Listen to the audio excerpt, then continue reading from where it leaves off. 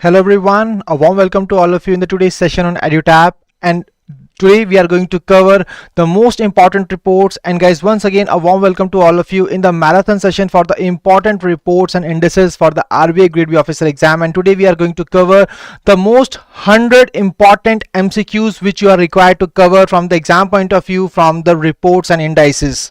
So guys, if I'm audible and visible to all of you, please give me a thumbs up in the comment section so that we can begin this particular session. I'm waiting for your responses. So good evening Milli, Vishakha, Nitish, Neetu, Sharavri, Arushi, Rishi. So guys, I really believe कि आप सभी की preparations बहुत ही अच्छी चल रही हैं from the exam point of view. And आज का टाइम काफ़ी इंपॉर्टेंट है, आज का सेशन आप सभी के लिए. Why so? Because हमने हाल ही में पिछले सेशंस में we have done a lot of important current affairs, be it all the government schemes, reports, notifications, GA as well as ESI. And this particular today's session of the reports and indices is going to be an eye opener for all of you. Why so? Because today is the class when we will be seeing that how much you have retained from all those sessions that we have taken in the past. Okay, so guys, आज किस फटाफट revision session के अंदर हम cover करने वाले हैं reports. I have got the confirmation from all the people that yes, I am audible and visible to all of you. So guys, before starting the session, important announcement for all of you that we at EduTap are providing you the comprehensive guidebooks to all the aspirants of RBI Grade B officer exam. So guys, when I talk about these guidebooks provides you the definitive answers to all your queries that pops up in your mind as an aspirant. ये जो queries हैं ये हो सकती हैं आपके exam के regarding. It can be regarding the body in which you are targeting to enter. It can be regarding the preparation of the exam. For example, when I talk about the Reserve Bank of India, so what is the role that RBI plays in the Indian economy? What is the eligibility criteria of the exam? What is the detailed syllabus of the exam? What are the previous year questions? And when I talk about the preparations of what are the different things you are required to cover in order to clear the exam, so these are the important things that you are really required to cover when we talk about when you are starting a preparation for the exam. Okay, so guys, what are you waiting for? Kindly download these guidebooks from the link given in the description of the video. Now guys, let's get back to the session. And guys, before starting with the session, I would like to tell you that all of you are really required to tell me your answers in the chat box. आपकी participation compulsory है आज के session के अंदर. और आज के session को हम शुरू करते हैं with the very first question here on the screen. So guys, the very first question from the report which was released in the month of June, that is the hunger hotspots early warnings on acute food insecurity report. आपके सामने सबसे पहले question ये है, आपको मुझे बताना है उस ऑर्गेनाइजेशन का नाम जो रिलीज करती है इस रिपोर्ट को. सबसे पहला क्वेश्चन सबसे इजियर लाइन पर, that is on the first dimension of the report, that is releasing body. So guys, question number 1 on your screen, quickly tell me the name of the body which releases this report. So here guys, it is Food and Agriculture Organization which releases this particular report. इसका नाम है Hunger Hotspots Early Warning on Acute Food Insecurity Report.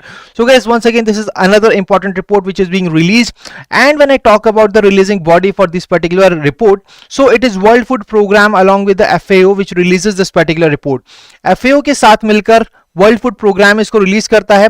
हम बात करते हैं food insecurity की, तो ये दो ऑर्गेनाइजेशन है जो कि रिलीज करती हैं. जब हम बात करते हैं कि इस पर्टिकुलर रिपोर्ट के अकॉर्डिंग वो कौन कौन सी कंट्रीज हैं जो कि इसके अंदर फूड इनसिक्योरिटी रिपोर्ट के अंदर हंगर हॉटस्पॉट्स का पार्ट है, these are Pakistan, Afghanistan and Myanmar. Okay, so these are the important points that you have to cover from the exam point of view. I can see all the people have told me the right answer, that is option C. Now let's move on to the next question. Next question guys, once again the question is basically on innovation through agritech report. So you have to tell me the name of the ministry which releases this particular report. So guys, let me tell you that this session is going to be a rapid fire one. I am not going to explain you all the important things. The reason behind that is we have already covered these reports and indices in a detailed manner. और इसीलिए आज का session एक rapid fire session है. आप सभी को जल्दी से अपनी स्पीड को इंक्रीज करना है. फोकस कीजिए कीवर्ड्स पर और मुझे बताइए क्या है क्वेश्चन का सही answer. So guys, we are talking about innovations through agritech. We are talking about the technology and what exactly is the ministry which is behind that. That is ministry of electronics and information technology जो release करती है innovation through agritech report, early warning on acute food insecurity report. So guys, आप देख सकते हो कि basically इसको कौन लॉन्च कर रहा है. It was the fourth report under this particular series And apart from that, this report gives some important data regarding the agriculture. For example, agriculture contributes 9.5% to the India's GVA. When I talk about the presence of the small and marginal farmers in India, तो 87% जो हमारे farmers हैं they are marginal farmers who are holding less than 2.5 acres of the land, and these are the important data that you have to remember from this report. So I hope that this is clear to all of you. बढ़ते हैं अगले question की तरफ. The next question is from the Indian Rankings 2023, which is being released by NIRF, which works under the Ministry of Education. आपके सामने question क्या है? See as you can see it is talking about the rankings. तो rankings की बात हो रही है. आपके मुझे ये बताना है the name of that institute which has topped this overall category in this particular report. So Indian Rankings 2023 इस रिपोर्ट को रिलीज किया NIRF ने under the Ministry of Education. The name of the institute which has topped in this particular report is IIT Madras. Okay, absolutely right. I can see IIT Madras. सभी students ने दिया इस question के सही answer. IIT Madras is also the name of that particular organization which is going to set up its first foreign campus. In which country? In Tanzania. Okay, so here this is why you are really required to remember from the exam point of view. So Indian Rankings 2023, तो IIT Madras ने इसमें top किया overall category में. जब हम बात करते हैं बाकी कैटेगरीज की, जब हम बात करते हैं यूनिवर्सिटीज की, तो it was ISC Bengaluru which topped in the university category. Among the colleges it was Miranda House Delhi. Management institutes की बात करें तो हम it was IIM Ahmedabad. So guys these are the most important institutes that you are required to remember. Let me tell you, medical, dental, law, research institutions, engineering, इतना ज्यादा detail में आपको जाने की जरूरत नहीं है from the exam point of view. You are just required to remember the most important thing. First important thing is what exactly is the name of that institute which has topped in the overall category, that is IIT Madras. So guys, जब हम बात करते हैं इस particular report की, it is being released by National Institutional Ranking Framework. ये 8th edition था. पहला edition 2016 के अंदर था. It covers, it assesses all the these colleges and universities across 5 parameters. वो कौन से parameters हैं? Teaching, learning and resources, research and professional practices. Then we have graduation outcome, outreach and inclusivity, and perception. So guys, these are the 5 parameters which can also be asked in the exam. Moving on to the next report, guys, please quickly tell me the right answer. The name of the organization which releases building a sustainable road infrastructure sustainability report for the financial year 2021-2022. So guys, we are basically talking about the road infrastructure. So वो कौन सी organization है जो release कर सकती है इस report को? Basically it will be the organization which is related to the road infrastructure in our country. And what exactly the name of that? That is the National Highway Authority of India. तो National Highway Authority of India ने जो भी practices को adopt किया है in order to reduce the emissions, in order to reduce the pollution, that is what this particular report tells us about, which is being released by the National Highway Authority of India. And that is why this is the first edition of the report. ये पहला edition इन्होंने launch किया है. And this is the right answer. Next question guys, next question from the same. तो यहाँ पर आपको मुझे बताना है कि उनका NHAI का डेवलप किया गया एक पर्टिकुलर टूल जो कि डिजिटाइज करता है हाईवे नेटवर्क को इंडिया के अंदर.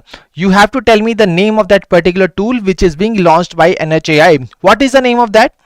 So here what they are doing with this, they are digitizing the highway networks in India. So the name of that particular tool is Data Lake Tool. तो Data Lake Tool है जो कि digitize करता है highway networks को India के अंदर. And guys जब हम बात करते हैं डायरेक्ट एमिशंस को रिड्यूस कितना किया है and as part of this particular report, जो इंपॉर्टेंट फाइंडिंग्स है इस रिपोर्ट की, तो जो डायरेक्ट एमिशंस को इन्होंने रिड्यूस किया है, सो आप देख सकते हैं it was 18.44% and 9.49% due to the less fuel consumption. यहाँ पे ग्रीन हाउस गैस एमिशंस की भी बात हम कर सकते हैं. It was 9.7% in fiscal year 2020-2021 and it was 2% in fiscal year 2021-2022. So guys, these are the important things you have to remember. I can see all the people are saying option B is the right answer, option E is the right answer, absolutely right. So that is the Data Lake Tool is the right answer. Next question guys, next question, ILO monitor on the world of work. So इस report को release किया था international labour organisation ने, और ये report जैसा कि हम मानते हैं कि लेबर ऑर्गेनाइजेशन बेसिकली रिलेट करती है हमारे एम्प्लॉयमेंट से related. Similarly this particular report tells us about the global jobs gap, and you have to tell me what exactly this gap is about as per the ILO monitor on the world of work to stand at what people in 2023. Quickly tell me the global jobs gap as per this report, and it is option C. I can see all the people are saying Shivam Bhatnagar, Sovna, Aniket, Mayank, everybody is saying option C, 453 million people. That is the right answer. Okay, so यहाँ पर आप देख सकते हो कि जो low income countries है वहां पर सबसे ज्यादा गैप रेट है, that is of 21.5%. Okay, so guys जब हम बात करते हैं ग्लोबल अनएम्प्लॉयमेंट की, it is expected to fall below pre pandemic levels. कितना? 191 million in 2023. So these are the numbers which are really very important, guys. You have to remember from the exam point of view these rates as well as these numbers that shows the global gap rate in this particular world. Next question. The next question is from the provisional payroll data fiscal year 2022-2023. Quickly tell me कि जो payroll data है India के अंदर इसको कौन release करता है? Some of the organizations names are there, that is EPFO, ESIC, NITI Aayog, Ministry of Corporate Affairs and the Labor Bureau. So guys, quickly tell me the question number 7, what is the right answer? The name of the body which releases this report. So I can see all the people are saying option A, that is Employees Provident Fund Organization, which is the right answer. तो गाइस जब हम बात करते हैं as per this payroll data which is being release, तो एक सबसे इंपॉर्टेंट पॉइंट हमारे सामने निकल कर आता है that 1.39 crore total number of workers have been added in the 2022-2023 year. And जब हम बात करते हैं कि इस नेट मेंबर एडिशन के अंदर टॉप 5 स्टेट्स जो है वो कौन सी हैं, it was topped by Maharashtra, followed by Tamil Nadu, Karnataka, Haryana and Gujarat. So these are the details, these are the important rankings you should remember from the exam point of view. I can see here that all the people are absolutely giving me the right answer. Absolutely right Rishabh, it is 1.39 crores. बढ़ते हैं अगले question की तरफ. Next question is from the Times Higher Education impact rankings 2023. You have to tell me the name of Indian institute. Indian institute जो कि 52nd position पर था. What is the name of that institute? We are talking about Times Higher Education release करता है एक ranking को जिसका नाम है impact rankings 2023. The name of that particular body is, the name of that institution is Amrit Vishwa Vidyapeetham, which is in Coimbatore. Okay, so Amrit Vishwa Vidyapeetham Coimbatore was on the 52nd position in the Times Higher Education ranking. जब हम बात करते हैं इस particular list को top किसने किया है? Who has topped this part? It has been topped by Western Sydney University, which was on the top. ठीक है, तो हमने अपने करंट अफेयर्स में पढ़ी दो important universities from the Australia. एक है वेस्टर्न सिडनी यूनिवर्सिटी ऑस्ट्रेलिया की, दूसरी है Deakin university of Australia once again, which is going to set up its campus in the GIFT City. Okay, absolutely right. So guys, this particular things are very important to be covered from the exam point of view. I can see all the people are absolutely giving me the right answers. So guys, now let's move on to the next question.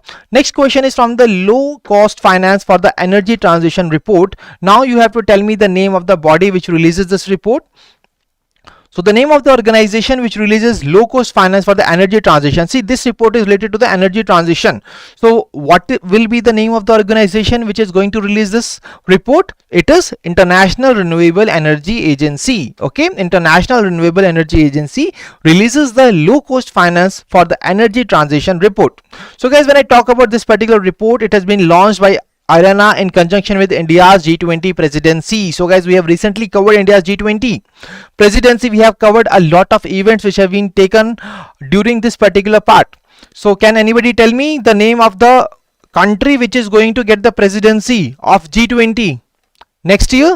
G20 की presidency next year कौन सी country को मिलने वाली है? Can anybody tell me that? So basically India got the presidency from Indonesia. And when I talk about the name of the country which is going to take the presidency next year, it is going to be Brazil. Okay, Brazil is the right answer. Absolutely right. So guys, next question from the same report, and here in this report it is talking about the India's targets, and here you can see the India's ambitious target of achieving dash gigawatt of the non-fossil fuel capacity by 2030. So you have to tell me that what exactly is India's ambitious target of achieving this particular amount of non-fossil fuel capacity by 2030. We all know that it was 175 gigawatt in 2022.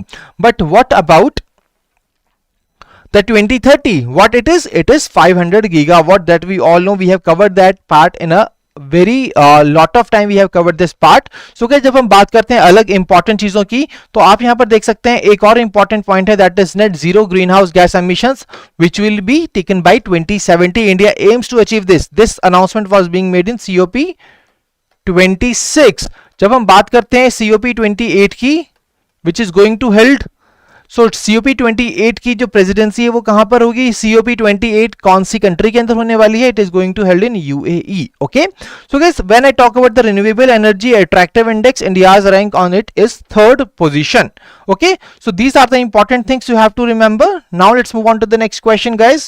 Next question, state food safety index. So state food safety index, which is being launched by FSSAI, you have to tell me the name of the state which is topped in the large state category. So let me tell you, ये जो state food safety index है, it basically divides the Indian states across in some different categories. And when I talk about the large state category, what is the name of that state which was on the top? It was Kerala.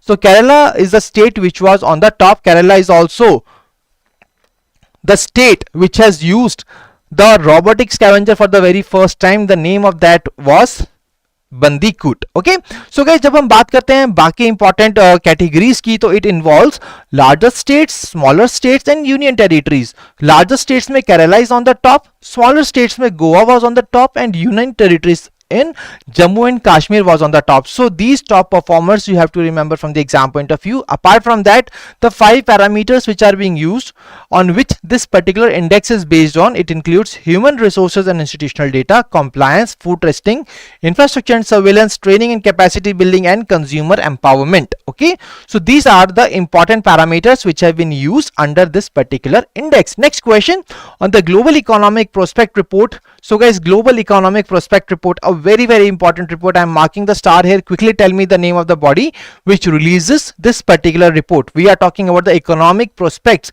तो economy के regarding prospects देने वाली organisation वो कौन सी organisation है? It is basically World Bank. So World Bank releases the global economic prospects report, and the June 2023 edition is the most important edition you have to remember from the exam point of view. So guys, अगले जो हमारे आने वाले questions है, that will be on what lines? That we all know that this global economic prospect report tells us about the growth rate of India as well as global growth rate. तो India की growth rate कितने वाली है और global growth rate कितनी होने वाली है? These are the important points. So the first question is on the India's growth projection for the period 2023-2024. What it is going to be? So when I talk about India's growth projection for the 2023-2024, this is going to be 6.3%. Okay, so this is going to be 6.3%. जब हम बात करते हैं कि next year कितने होने वाली है, next year it is going to be 6.4%. When I talk about the global growth projections for 2023, it was 2.1%. It is going to increase to 2.4% in 2024, and in 2025 it is going to increase to 3%. Okay, so global growth rate and India specific growth rate, these are the important things you have to remember. The name of the body which releases the report is basically Global Economic Prospect Report, released by the World Bank. Okay, next question guys, on the provisional estimates of the national income 2022-2023. So this was recently launched by NSO, which works under the MOSPI, that is Ministry of Statistics and Program Implementation. You have to tell me what is the overall growth rate of fiscal year 2023. What is the estimated overall growth rate of India for the fiscal year 2023? So this was a latest data guys, and a very important data that you have to cover. So here, what is the right answer? It is talking about India's overall growth rate, and it is going to be 7.2% for this particular year. Okay, 7.2% is very important guys. Let me tell you कि the data given by NSO, similarly economic survey ने जो growth rate बताया है, similarly in the union budget, if a growth rate is being mentioned, these are very important. Plus the reports which are being released by the World Bank, IMF. So these are the important points that you have to cover from the exam point of view. So guys, apart from that, when I talk about the growth rate for the fiscal year 2022, it was 9.1%. Okay, so it was 9.1%. Next question is on the tracking Sustainable Development Goal 7, the Energy Progress Report 2023. So this was a report which was being released recently, but you have to read out the question very carefully. Quickly tell me guys, you have to identify the organization which is not one of the organization which have launched this particular report. जिसने इस report को release किया है, you have to tell me कि कौन सी वो organisation है जो इसका पार्ट नहीं थी. The keywords are very important to be read out very carefully when you are appearing in the exam. So guys, quickly tell me what is the right answer, what is the name of that body. So we are talking about the tracking SDG 7, the Energy Progress Report 2023, the Sustainable Development Goal. We all know we have total a list of 17 Sustainable Development Goals, and when we talk about the Sustainable Development Goals, so guys, these sustainable development goals, we are targeting to achieve them by year 2030. Okay, so when I talk about this particular report, it is what are the name of the organizations which are involved in this. These are basically International Energy Agency, International Renewable Energy Agency, United Nations Statistic Division, and the World Bank. So these are the organizations which are behind this. And another important organization which was not mentioned there was United Nations Statistics Division and the World Health Organization. So these are the 5 organizations which are behind this particular report, which tracks the Sustainable Development Goal number 7. Next question, guys. Here you have to tell me the number of people without electricity almost halved from 1.1 billion in 2010 to dash in 2021. So what exactly is the number of people without electricity in this particular part? So guys, quickly tell me what is the right answer. What exactly is the new number of people who are living without electricity? So it is 675 million. 675 million is the right answer. Samarth, Rohit, Shruti, Neetu, Rishi, Bhakti, everybody is giving me the right answer. That is 675 million. ठीक है जी.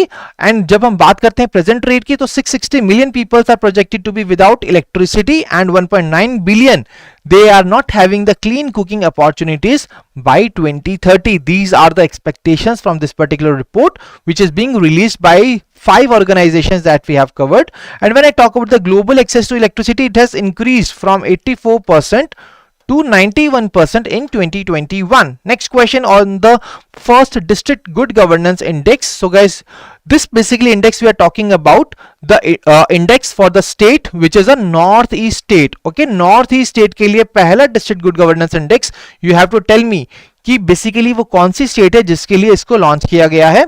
It is the first district good governance index for the northeast state was being launched for Arunachal Pradesh. तो अरुणाचल प्रदेश के लिए इसको launch किया गया है.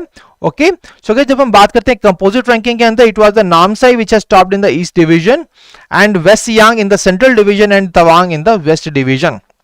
Okay, so basically we can see here that 25 districts of the Arunachal Pradesh are being covered under this particular part. So these are the important points, guys. बढ़ते हैं अगले क्वेश्चन की तरफ. A very important report which is being released by the WHO, that is Global Oral Health Status Report. So this report basically tracks, it gives us the data regarding the oral health of the Western Pacific region. So you have to tell me the percentage of the people in the Western Pacific region who are suffering from oral diseases. As I told you, this report tells us about the global oral health status. So you have to tell me the percentage of the people in the Western Pacific region which are suffering from the oral diseases. So guys, what is the name? What exactly that percentage is? It is 42%. That is around over 800 million people. Okay, more than 800 million people in the Western Pacific region suffers from the oral diseases. The most important data you have to cover from this particular report. Okay, so guys, when I talk about the world's highest burden of tooth loss, it is basically in which particular region? It is in the Western Pacific region only. Absolutely right. I can see here all the people are saying Western Pacific. This is the right part. Next question. So guys, we have just covered the World Economic Prospects Report. Now we have the Global Economic Outlook. Okay, Global Economic Outlook. Let me tell you, it is being released by the OECD, and in the RBI Grade B officer mains exam in 2021, the question was being on this asked from this particular report. You have to tell me what is the global growth rate for 2023-2024 under this particular report. So guys, quickly tell me what exactly is the global growth rate. We have covered that part for the previous report which was being launched by the World Bank. Let me tell you, this World Bank, OECD, so these kind of organizations which releases such kind of reports, they are important to be covered, and it is 2.7%, which is the global growth rate. So guys, when I talk about India's growth rate for 2023-2024, it is going to be 6%, and the next year it is going to be 7%. Okay, so India की growth rate यहाँ पर 2023-2024 के लिए 6% है और 7% है for the 2024-2025. So earlier we have covered part for the report which was being launched by the World Bank, and now we have covered the OECD report. अब बढ़ते हैं अगले क्वेश्चन की तरफ. Next question is on the gender social norms index. So guys, quickly tell me the percentage of people who still hold at least one bias against women. Basically, this report tells us about the gender equality that we see and what exactly are the biases that people are having against the women. So guys, this particular report gives us a lot many important key findings, but here you have to tell me the percentage of people who still hold at least one bias against the women, and you will be really shocked to hear that it is basically 90% of the people still hold at least one bias against a woman.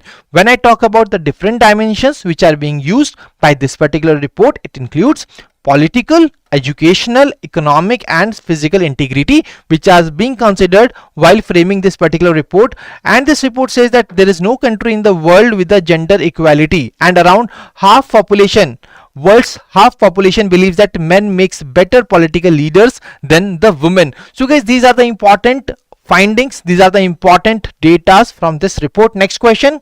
So guys, next question on the screen, quickly tell me which of the following countries showed the largest increase in the share of people with the bias in any indicator according to this report. So here basically it is asking about what is exactly the name of the country which has showed the largest increase in the share of people which are having no bias. Earlier we said that 90% of the people are having at least one bias against the women, and this particular question it is asking you the country which has showed the largest increase in no bias in any kind of indicator, and the name of that particular country is Germany. Option A is the right answer. Millie, Rohit, Mayank, Neetu, everybody has given me the right answer. So it is option A, that is Germany. ठीक है. So largest increases were in the Germany followed by Uruguay and New Zealand. जब हम बात करते हैं most significant decline, सबसे ज्यादा decline कहां पर हुआ? हमने पहले बात की increase की, तो decline कहां पर हुआ? Chile, then Republic of Korea and Mexico. So these are the three countries where it was basically declined.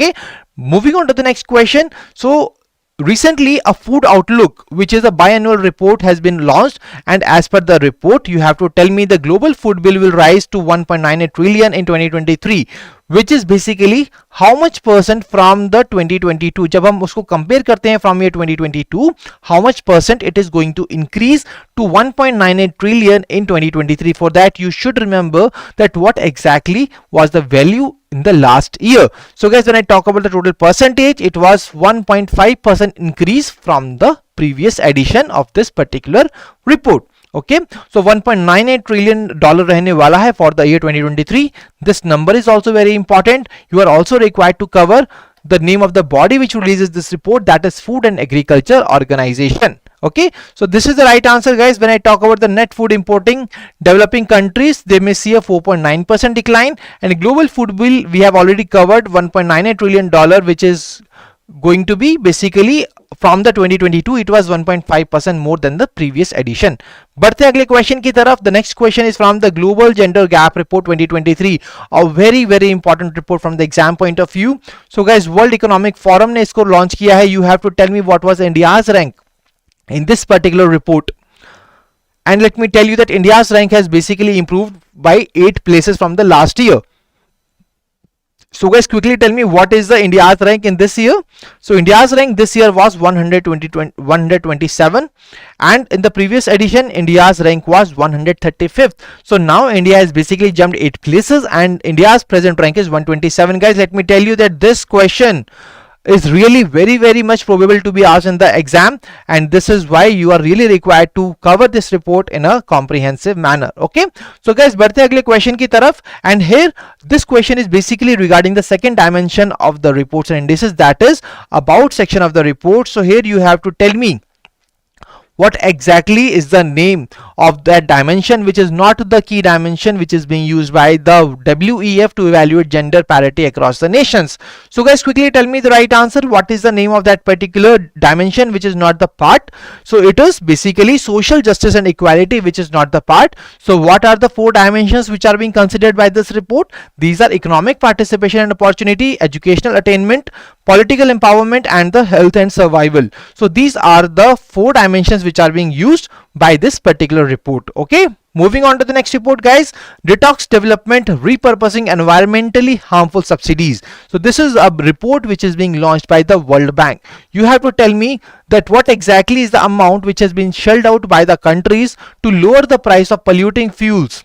जो भी हमारे polluting fuels हैं, जो pollution सबसे ज्यादा क्रिएट करते हैं, उनके प्राइस को रिड्यूस करने का एक टारगेट इन्होंने बनाया है. What are those particular fuels? That is oil, gas and coal. You have to tell me that what exactly is that particular amount that they are going to shell out from this particular step, and that particular amount is $577 billion. So $577 billion is the right answer, guys. So we have now covered the most important reports and indices questions from the last month, and now let's move on to the next month.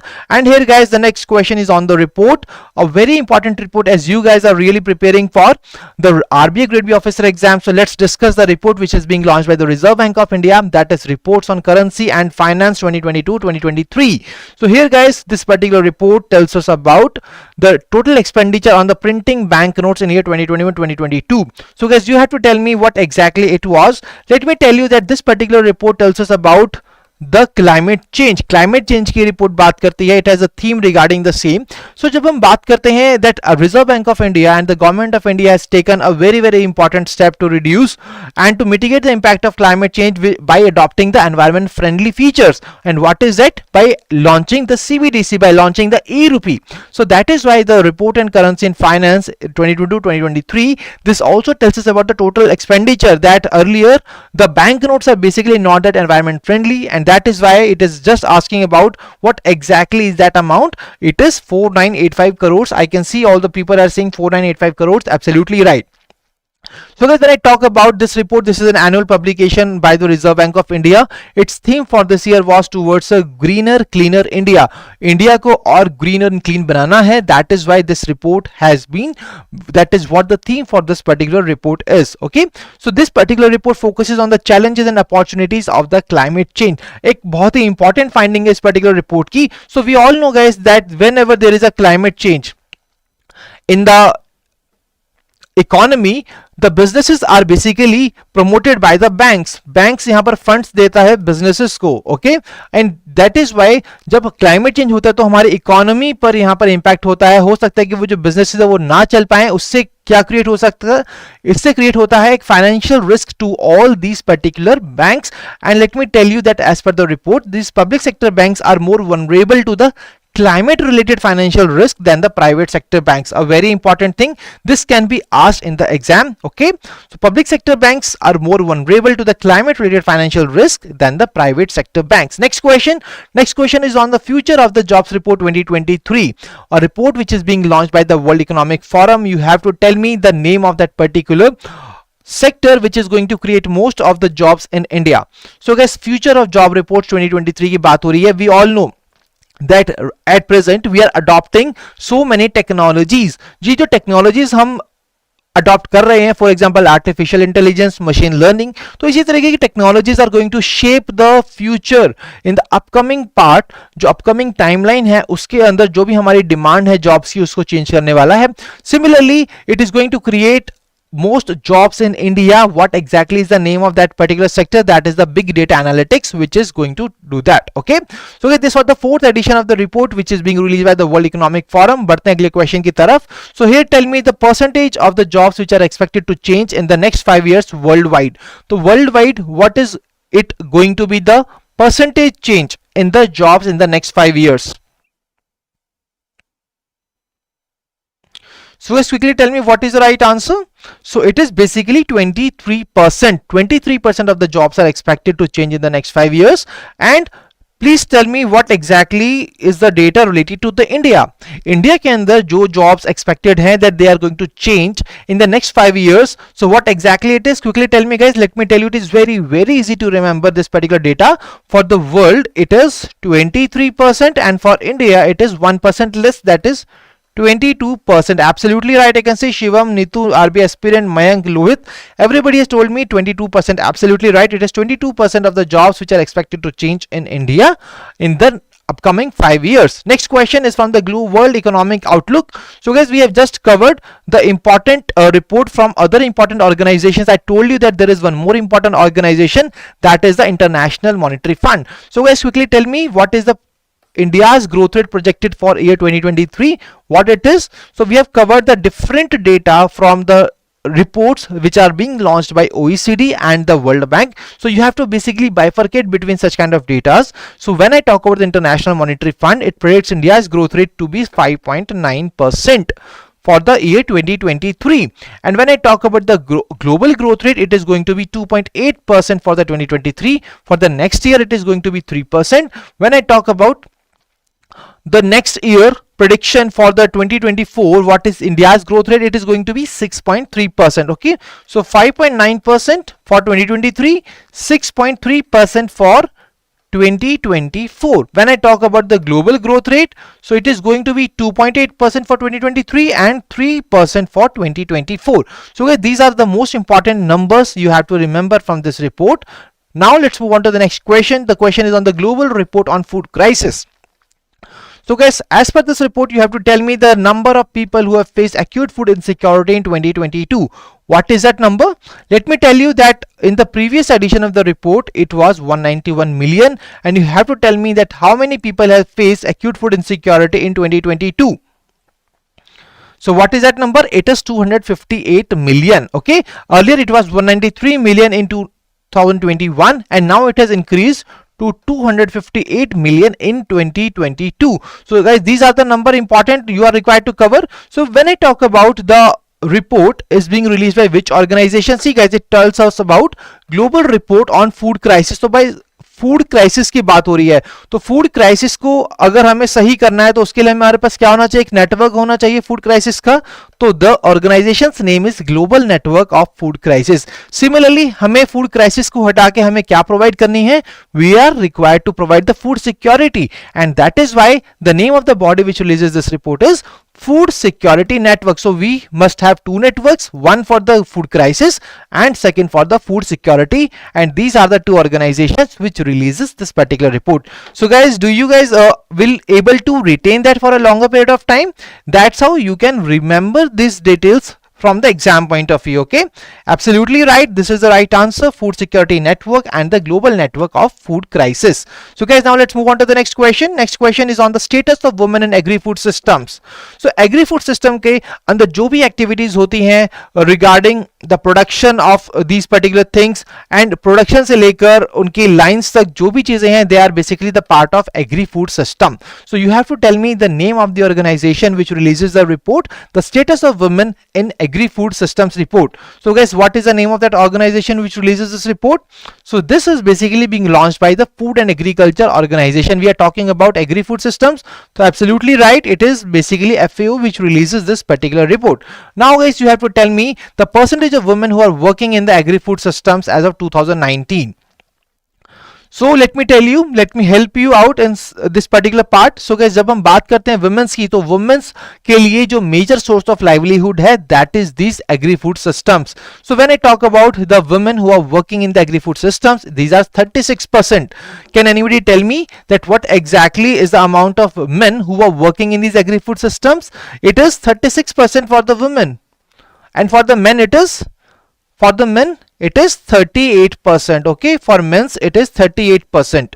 So these are the two very important points guys you have to remember from the exam point of view. Apart from that, so when I talk about the women who lost their jobs in the off-farm agri-food system work during the COVID-19 pandemic, it was 22% of the women who lost their jobs in the off-farm agri-food systems.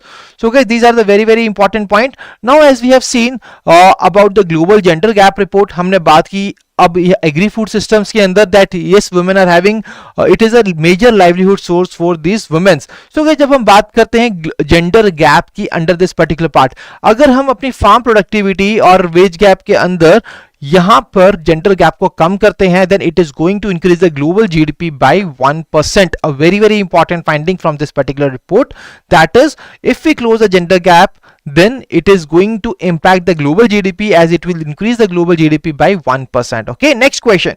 So guys, the next question is from the report that is Born Too Soon, Decade of Action on the Preterm Birth. We all know that preterm births are really a very major issues which are basically causing the deaths of children. So guys, when I talk about these preterm births, तो यहाँ पर preterm births की बात हो रही है. You have to tell me the name of the organization which releases this report. So guys, we are talking about the preterm births. So basically, first of all, what is the first thing that we are talking about? Health. So it is the WHO which is involved. When I talk about the other organization which works for the children, it is the UNICEF. What is the name of the third organization? It is Partnership for Mental, Newborn and Child Health, because we are talking about the children's health and we are talking about the newborns. That is why PMNCH is the right answer to this particular question. So PMNCH and WHO and UNICEF are basically the organizations which releases this report. बढ़ते हैं अगले question की तरफ. So the number of babies born preterm in the year 2020. So you have to tell me the number of babies born preterm in the year 2020.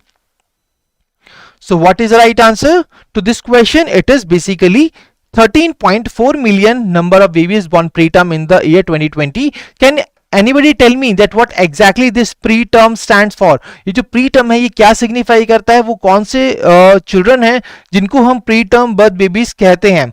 Basically these are those babies which born after 37 weeks of the pregnancy. Okay, so these are basically the preterm birth babies. When we talk about these preterm births, as you can see, it signifies the babies born alive before 37 weeks of the pregnancy. When we talk about this birth rate, so preterm birth rate की अगर हम बात करते हैं, it was 9.8% in 2010 and 9.9% in the 2020. That is the right answer. Okay, so guys, बढ़ते हैं अगले question की तरफ. Here you have to tell me the name of the country which has not find any mention in the top 5 list for preterm birth rate.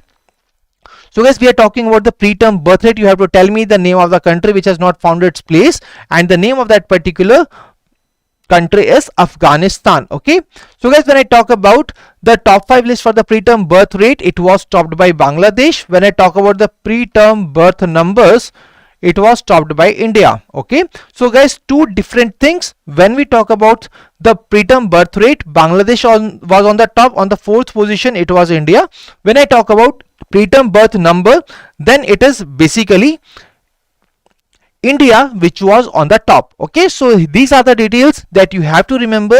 ये bifurcation आपको पता होनी चाहिए exam point of view से, because it is really very important to be covered from the exam point of view. Okay, so here guys, you can see preterm birth rates. Bangladesh is on the top. Other countries का नाम क्या है? Malawi, Pakistan, India and South Africa. India is on the 4th position. When I talk about the preterm birth numbers, it was highest among all the countries and it was 30.16 lakh in India. जब हम बात करते हैं birth rate की, in India it was 13%. Okay, बढ़ते अगले question की तरफ guys. Global report on internal displacement. So we are talking about the global report on internal displacement. You have to tell me the total number of people who internally displaced worldwide at the end of 2022. Once again guys, this is a very important data. Let me tell you that this kind of report has two similar kind of data, but basically there is a very important difference between them.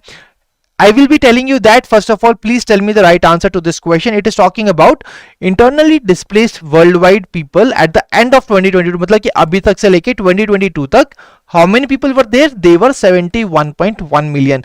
When I talk about only year 2022, what exactly it was? It was 60.9 million. Okay, so these are the 2 points that you have to remember from the exam point of view. The data can be asked on any of them, so please make sure that you understand what exactly is the difference between these two questions. So option C is the right answer. So 60.9 million is basically for year 2022 only. ठीक है. So guys, जैसे कि हमने बात की, it is talking about the global report on internal displacement. Internal displacement की बात हो रही है. इंटरनल डिस्प्लेसमेंट को मॉनिटर करने के लिए अगर कोई सेंटर खोल दिया जाए, so that will be the organisation which will be releasing this report, and that is why guys it is the International Displacement Monitoring Centre which releases this particular report on the internal displacement. Absolutely right. All the people are telling me the right answers. Now guys, let's move on to the next question. So Asian Development Bank ने अपनी annual report 2022 के वाली launch की है recently, you have to tell me the country which was the largest recipient. See guys, Asian Development Bank has a lot of commitments towards the countries across the world. You have to tell me the country's name which has got the largest recipient, which was the largest recipient of ADB funded programs in 2022. What is the name? It is Pakistan, which was on the top. Apart from that guys, let me tell you that ADB की अपने कुछ cumulative targets भी हैं. As we talked about in the RBI report on currency and finance, they were talking about the climate change. Similarly, climate mitigation और adaptation के लिए ADB ने भी कुछ commitments की हैं. For example, when I talk about the 2019-2020, it is going to be US $100 billion. And apart from that, when I talk about अभी 2022 के अंदर उन्होंने कितना अमाउंट दिया है, it was $6.7 billion and cumulative is $100 billion. For 2022 it was $6.7 billion. So I can see here that all the people have got this point guys. Now let's move on to the next question. So the next question is on the best practices in social sector compendium 2023. So let me tell you that this particular report has been launched by Niti Aayog in association, in collaboration with one of the organization. And when I talk about this particular report, it basically is a collection of all the important practices which are being undertaken in the social sector, and why it has been launched, so that they can be adopted by the other states as well. So when I talk about the name of the body which is collaborated with the Niti Aayog to launch this report, it is United Nations Development Program. Absolutely right, UNDP and Niti Aayog are the right answers. बढ़ते हैं अगले question की तरफ. So World Press Freedom Index guys, a very easy question. We have covered this a very lot many times. So World Press Freedom Index, you have to tell me what was India's rank in this. So what was India's rank in the World Press Freedom Index? India's rank was 161. Last year India's rank was 150. So guys, when I talk about the World Press Freedom Day, can you tell me on which date we celebrate the World Press Freedom Day? Let me tell you that on 3rd of May every year we celebrate the World Press Freedom Day, and on the same date we basically a index is being launched, that is World Press Freedom Index. Okay, and in this particular index India's rank was 161. Can you tell me the name of the country which was on the top? What is the name of the country which was on the top in this World Press Freedom Index? Absolutely right, it is Norway. So Norway was on the top in the World Press Freedom Index. That is the right answer. Okay, so that is the right part. When I talk about the indicators which are being used, it includes political, legal framework, economic, socio-cultural and safety. These are the 5 contextual indicators which are being used by this report. Next question guys, the next question is on the race to the net zero, accelerating climate action in Asia and the Pacific. We have seen that there are a lot many reports which are being launched on the climate mitigation, climate action, and here guys the question is basically you are required to tell me the Asia Pacific region's contribution to the world's greenhouse gas emissions in 2020. What exactly is the percentage of the Asia Pacific region's contribution to the world's greenhouse gas emission 2020? What is it? It is 57%. Absolutely right, it is 57%. And why exactly we are focusing on this Asia Pacific region only? The reason behind that is out of 10 countries most affected by this disaster, 6 are found in the Asia Pacific, and 57% you can also see, which is a very big number, which is the contribution of this region to the world's greenhouse gas emissions in year 2020. So these are the important part from this report. बढ़ते हैं अगले question की तरफ. The next question is from the Turning of the Tap report guys. So Turning of the Tap report, quickly tell me the name of the organizations which have recently released Turning of the Tap report. So guys, quickly tell me the name of the body which releases this report.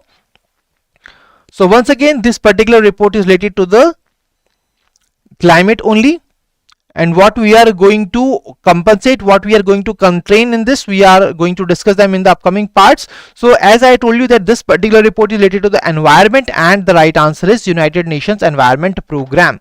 Absolutely right, it is UNEP which releases this particular report, and this report basically talks about how we can end the plastic pollution and create a circular economy. And this particular report states that pollution can be reduced by 80% by 2040 by just using the different market shifts.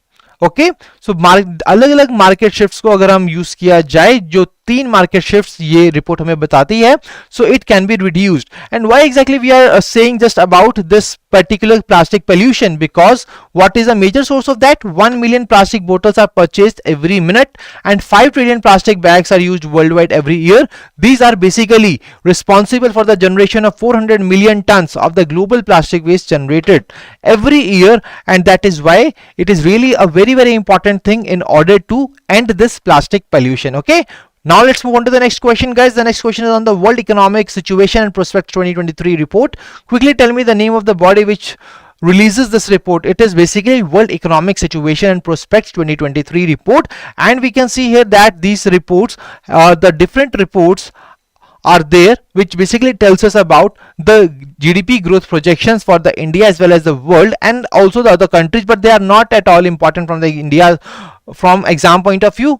We have to focus only on India and the global growth rate. So जब हम बात करते हैं World Economic Situation Prospects report की, it was being launched by the United Nations Department of Economic and Social Affairs, and apart from that it was UNCTAD which was involved for launching this particular report. Absolutely right. So Lohit, Shivam, Aniket, Rohit and Pooja, Manmi, Sahil, Pawane, Asgar, Mayank, everybody has given me the right answer, guys. Now let's move on to the very important part from this report, that is India's growth rate for year 2023. So what is the India's growth rate for year 2023? It is 5.8% for year 2023. Okay, so this is the right part, guys. So when I talk about the growth rate for the globally, जब हम बात करते हैं global growth rate की, it is going to be 3% as per the report for 2022. It will reduce to 1.9 in 2023 and 2.52 in 2024. Now a very important point that I am going to tell you, that unemployment rate in 2022 in India as per the report was at a 4-year low, that is 6.4%. When I talk about the PLFS data which was being launched, in that particular data it was being said that India's unemployment rate is 6.8%. Okay, so in this manner you have to bifurcate between these two different kind of data. 6.4% for the unemployment rate for India by World Economic Situation Prospects report, by PLFS it was being mentioned as 6.8%. So अगर exam के अंदर दो अलग अलग data पे question आता है, you have to remember between that what is the difference between these two datas. Okay, next question is on the joint child malnutrition estimates of 2023. So guys, basically we are talking about the children. तो children के अंदर malnutrition estimates basically बात की जा रही है, तो आपको बताना है उस organization का नाम which releases the report. So guys, once again you can see here that it is the children which are the subjects, and that is why the organization which works for the children is UNICEF. So UNICEF is the right answer for this particular question. So I can see here that yes, all the people have given me the right answer to this particular question. It is the UNICEF which has launched this particular report along with the World Health Organization and the World Bank Group. And this report tells us about 3 important things, that is the stunting, overweight and the wasting data, and we have to cover that at both world level and at India's level. When we talk about the world level, the stunting rate was 22.3%. When I talk about the overweight, it was 5.6%. When I talk about the global wasting, it is 6.8%. When I talk about stunting rate in India, it is 31.7%. Overweight rate, it was 2.8%, and wasting rate, it was 18.7%. Okay, so I can see here that yes, all the people have given me the right answer.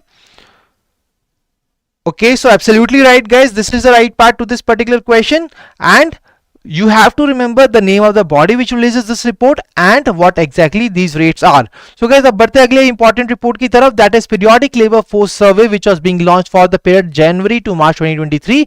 You have to tell me what is the overall labor force participation rate in India. Let me tell you that this report gives us the important information about India's employment across 3 different parameters.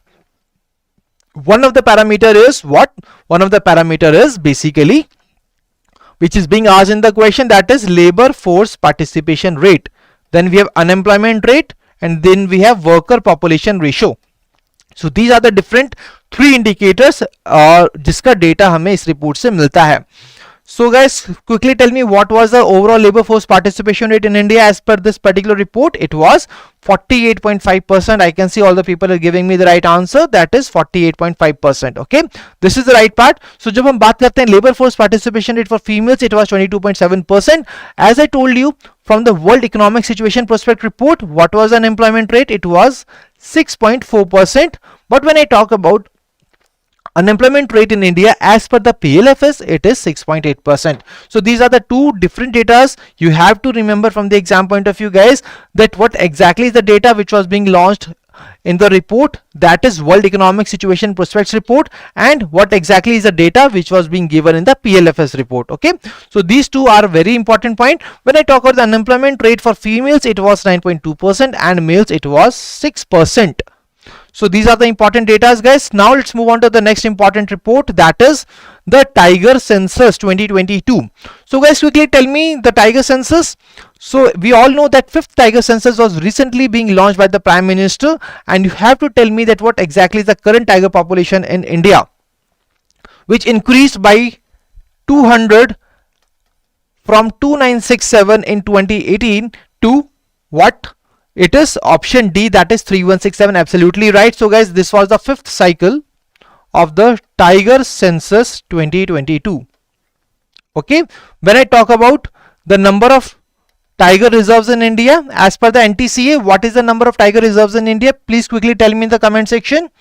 The number of tiger reserves in India is 53. Okay, absolutely right. So Akhil is saying, sir, please give break of 2 minutes after completing 50 questions.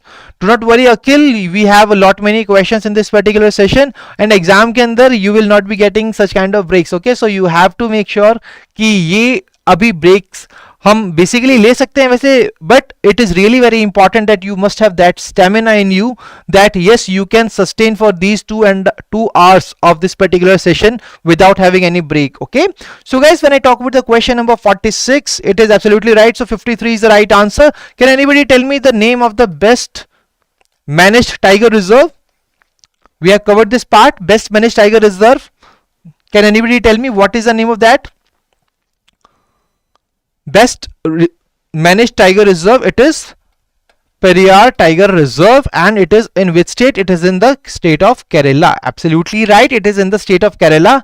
I can see here all the people remember this particular details. Absolutely right. So it is the Periyar Tiger Reserve. So guys, as per this Tiger Census 2022, जो growth rate रही है tiger population की, we have seen that it has reduced. It was earlier higher, but when I talk about the last 4 years, that is 2018 to 2022, it was just 6.7%. So you have to basically identify this particular growth rate for the period 2014 to 2018, जो कि reduce हुई है. So earlier it was 33%, and now it has reduced to 6.7% for 2018 to 2022. The question can be asked on any of the above mentioned lines. Next question, guys, the first census of water bodies in India. So quickly tell me the first census of water bodies in India. You have to identify the correct statement with regard to the first census of water bodies in India. So in the very first statement, it is talking about the ministry which launches these particular reports. That is the first census of water bodies in India. Let me tell you guys, this is the very first time that this census is being conducted.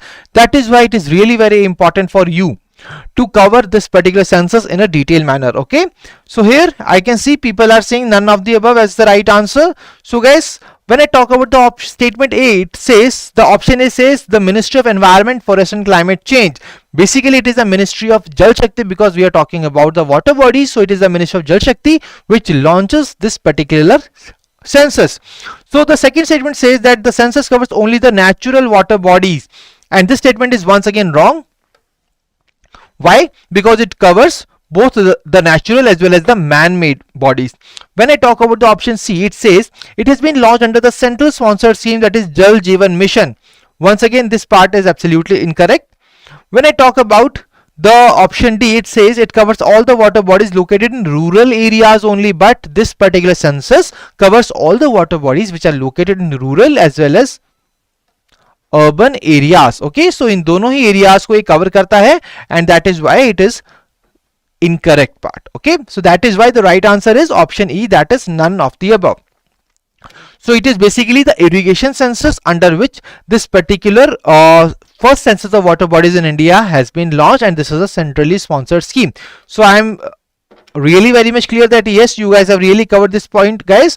बढ़ते अगले question की तरफ, you have to tell me that which type of the water body constitutes the highest percentage in terms of numbers.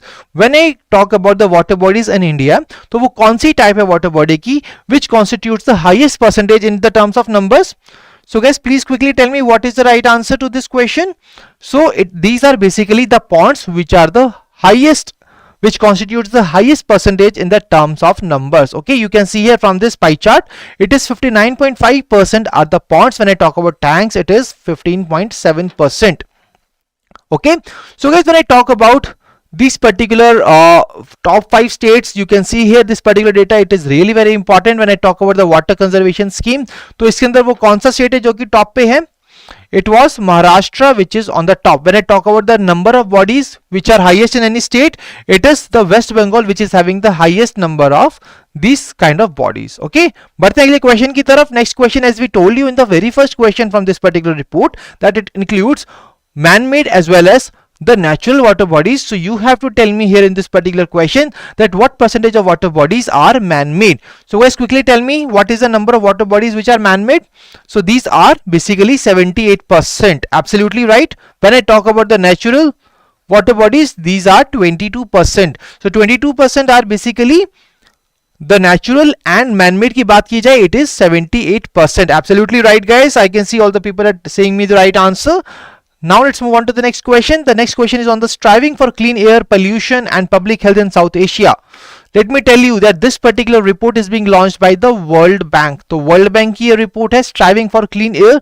आपके सामने question है, you have to tell me the percentage of the population जो कि ऐसे areas में रह रही हैं जहां पर जो concentration है, where the concentration of PM 2.5 exceeds an annual mean of 35 microgram per metric cube. So guys, quickly tell me what is that particular percentage of population which lives under these areas. These are 60% population. The 60% of the population are reportedly living in these particular areas. So next question, guys, next question from another important report, that is promoting millets and diets best practices across the states and UTs of India. So guys, we are talking about the promotion of millets and diets. So guys, let me tell you that the promoting millets and diets with the help of this particular part, they are basically collecting all the best practices which are being launched by the Indian states, the practices which have been adopted to increase the millets and diets. And when I talk about the body which releases this particular report, it is Niti Aayog. So Niti Aayog इसको release करती है. When I talk about the number of millets which are being produced in India normally, can anybody tell me the number of such kind of millets which are being launched in India? So basically total of 9 types of millets are being produced in India. And when I talk about these 9 millets, the name of them are already been mentioned here. When I talk about this particular report, this report has been launched across the 3 different themes. These 3 different themes are state missions and initiatives to promote millets, inclusion of millets in ICDS, research and development, and use of technology for innovative practices. So guys, we have just covered this whole report because there is nothing else which is required to be covered from this particular report. Okay, now let's move on to the next question. So the next question is on the state of the world's children 2023 for every child vaccination report. So as per this report, you have to tell me the number of children which are 0 dose, while in the wealthiest children it was just 1 in 20 children who are the 0 dose. But when I talk about the poorest households, what exactly that number is, that is what you have to tell me, guys. Quickly tell me the right answer. What is that particular number of the poorest, the children which are 0 dose, which are from the poorest households? So guys, once again, this particular report is talking about the children. So the report is being released by the UNICEF. So when I talk about the right answer, it is basically 20% of the children are 0 dose from the poorest households, or I can say 1 in 5. Let me tell you that in the exam, it can also be asked in the percentage terms. It can also be asked in this term. So you have to make sure that yes, it is very, very easy for you to cover 1 in 5.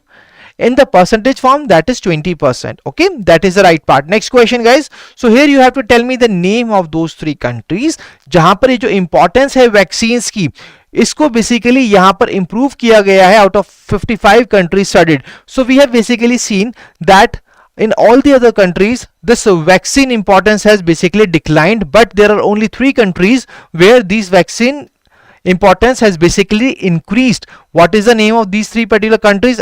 I can say you that India is absolutely a part of this particular list, and it is absolutely right. India, China and Mexico, all these three countries are the three countries only where the perception of the importance of vaccines has increased, have improved, have been formed as per this particular report. Next question, guys. Next question is on the infertility prevalence estimates 1990 to 2021.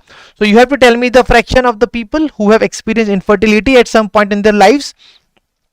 So guys, we have covered this report earlier. Infertility prevalence estimates. It tells us about, it gives us about the data that people across the world have faced infertility at one point of time in their lifetime. So guys, here you have to tell me the approximate fraction of those people who have experienced infertility at some point in their lives at global level. And what is that? It is 1 in 6. So I can see here all the people are telling me the right answer. Option B is the right part. That is 1 in 6 people. Absolutely right. Next question, guys. So infertility prevalence estimate 1990 to 2021 report. You have to identify the region, the WHO region which is having the highest lifetime infertility prevalence.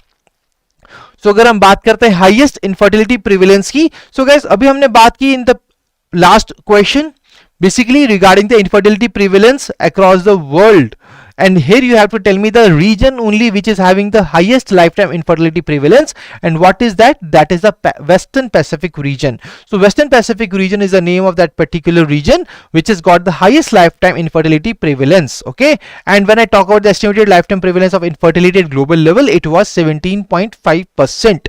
Okay, so it was 17.5%. Absolutely right. Next question is on the 7th logistic performance index, guys, the index which was really in the news for a very long time. You have to tell me that what exactly was India's rank in the 2018 as per this particular index. So guys, when I talk about this year, India's rank was 38th in 2023 rankings. When I talk about this logistic performance index, it was basically in the news, and this is the report which is being launched by the world bank. ठीक है, world bank ने इस report को release किया है और India की rank इसके अंदर 38th है. जब हम बात करते हैं in the previous 2018 it was basically 44th. Okay, so India's rank was 44th in year 2018. In 2023 India's rank was 38th in the 7th logistic performance index. So guys, now you have to tell me the country which has topped in this logistic performance index. So quickly tell me the name of the country which has topped. Singapore, Denmark, Finland, Estonia, Turkey. What is the right answer? So the country which has topped in the this logistic performance index, that is Singapore. Okay, so Singapore has topped in the logistic performance index. India's rank was 38th, and the body which releases this report is World Bank.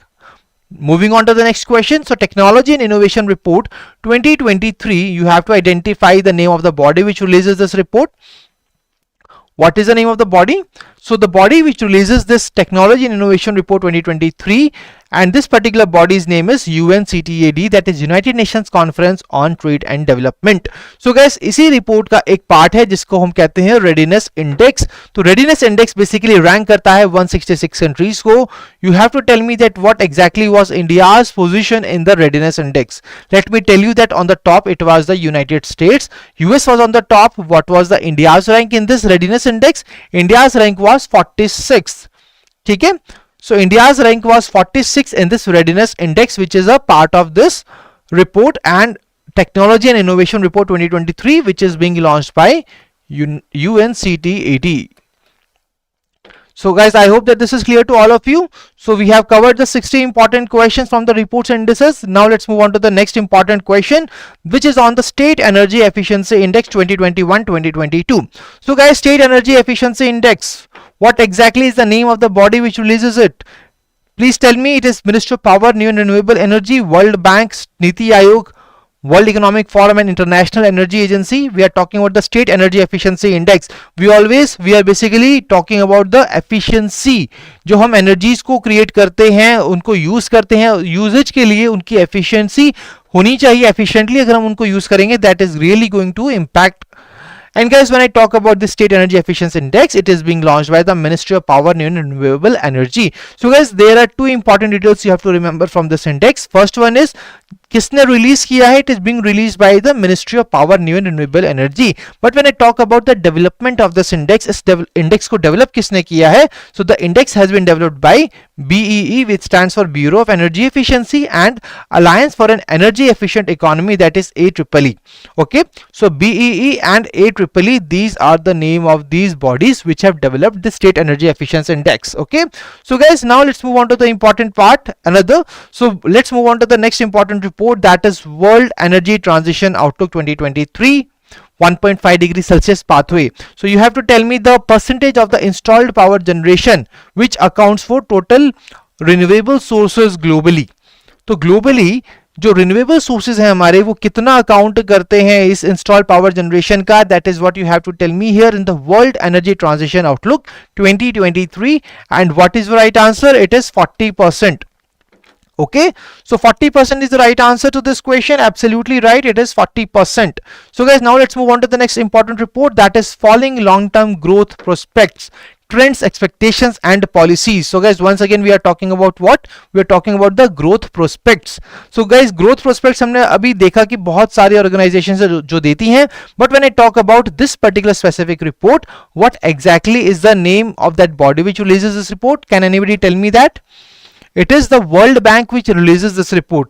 As per the question is on the average decadal growth rate. So 2009 से लेकर 2020-2024 तक के बीच के अंदर जो percentage decline हुआ है in the average decadal growth rate, what exactly it was that? It was basically, it declined from 6% to 3.2% in 2020-2024. So these are the numbers you have to remember. The report has been launched by the World Bank. Absolutely right, Samar, Shivam, Mehak, Lohit, everybody has given me the right answer to this question. World Bank is the name of that particular body. So when I talk about the trend of this growth rate, so it has basically declined from 6% to 3.2%. Next question guys. So in India, what was the level of female labor force participation rate in the year 2021-2022? So we are talking about the female labor force participation rate. So guys, what exactly it was? Please quickly tell me in the comment section. Following long term growth prospect report के according जो हमारी female labour force participation rate है, what exactly was it for year 2021-2022? It was 32.8%. Absolutely right, it was 32.8%. So guys, हमने recently PLFS को cover किया था. PLFS के अंदर हमने बात की थी अनएम्प्लॉयमेंट रेट की. ओके, अनएम्प्लॉयमेंट रेट के अंदर हमने बात की थी that it was 6.8%. Can anybody tell me that what exactly it was for the females and what exactly it was for the males? Females के लिए कितना था, males के लिए कितना था? Quickly tell me guys. Quickly tell me that what exactly was the unemployment rate as per the PLFS for the females and for the males. So absolutely right, I can see people are saying it is 9.2% for the females and 6% for the males, and that is absolutely the right answer guys. So that's how you are really required to remember these particular data, because they will be asked in the exam. And this unemployment related data is really very important. जब हम बात करते हैं world economic situation prospects report की, this unemployment rate was being mentioned as 6.4%. We have already covered it guys. Now let's move on to the another important report, that is the World Happiness Report 2023. So guys, quickly tell me what exactly is the name of the country which has topped this list in this World Happiness Report 2023.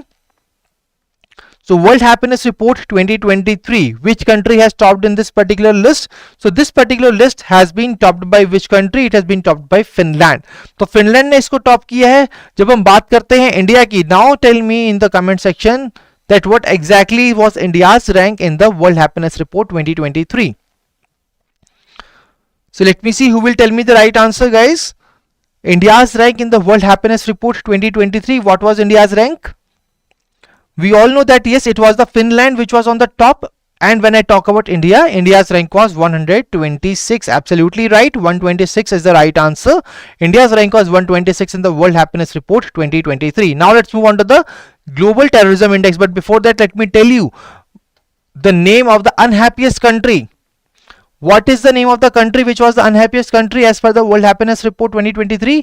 The bottom performing country, the country which was on the bottom of the list, what was that? its name was Afghanistan. Okay, so Afghanistan was on the bottom. Absolutely right, Asghar, it was Afghanistan. So guys, as we have said that Afghanistan is at the bottom of the list in the World Happiness Report, so there is another report in which Afghanistan has topped. What is the name of that report? That is the Global Terrorism Index 2023. So the country which has topped the Global Terrorism Index 2023. What is the name of that country? It is Afghanistan. So you can see here in the terms of happiness, Afghanistan was on the bottom. But when I talk about Afghanistan in the Global Terrorism Index, it has topped in the Global Terrorism Index 2023. Can anybody tell me what was India's rank in this particular part? What was India's rank in the Global Terrorism Index? It was 13th. Okay, India's rank was 13th in the Global Terrorism Index 2023. And what is the name of the body which releases this report? It is Institute for Economics and Peace, which releases this Global Terrorism Index 2023. So now guys, let's move on to the next important report, that is Annual India Tuberculosis Report 2023. So you have to tell me first of all the name of the body which releases this report. We are talking about the Annual India Tuberculosis Report 2023, which was being launched recently. So guys, it is basically the Ministry of Health and Family Welfare which releases this report. We are talking about this tuberculosis related to the health, because it is a disease which impacts the health. So health से related कौन सी organization release करेगी India के अंदर? It is Ministry of Health and Family Welfare. So now please quickly tell me in which year India is targeting to eliminate the TB. By which year Indian government has targeted to eliminate TB from the country? By which year? It is 2025. Can you tell me guys by which year the world is aiming to eliminate TB? By which year the world is targeting to eliminate TB from the world? It is 2030. Absolutely right. India basically इसको 5 साल पहले achieve करने वाला है. India का target है that India will be eliminating it by 2025, world will be eliminating it by 2030. Absolutely right. 5 years ahead of the global target. Absolutely, this is the right answer. Next question guys. So India has recently achieved a recorded high notification of these TB cases. You have to identify that what exactly that amount was, how many lakh TB cases notification was being notified in India. So it was a record, and it was the highest such kind of amount which was seen in India. What exactly is that? That was 24.2 lakh TB cases were being notified in India. This is the right answer. Option C is the right part. Absolutely right. All the people have given me the right answer. Now let's move on to the next question guys. The next question is from another important report, that is Undernourished and Overlooked, a global nutrition crisis in adolescent girls and women. So guys, when I talk about this particular part, so the number of pregnant and breastfeeding adolescent girls and women suffering from acute malnutrition increased from 5.5 million to what amount in 2020 in 12 countries. So guys, जब हम बात करते हैं इस particular report की, so we are talking about whom? We are talking about adolescent girls. We are talking about the women. तो वो कौन सी body है which will be releasing this particular report? You are really required to tell me that in the comment section. So when I talk about this particular data, it has basically increased from 5.5 million to 6.9 million. Absolutely right. This is the right part. So guys, please quickly tell me the name of the body which releases this report.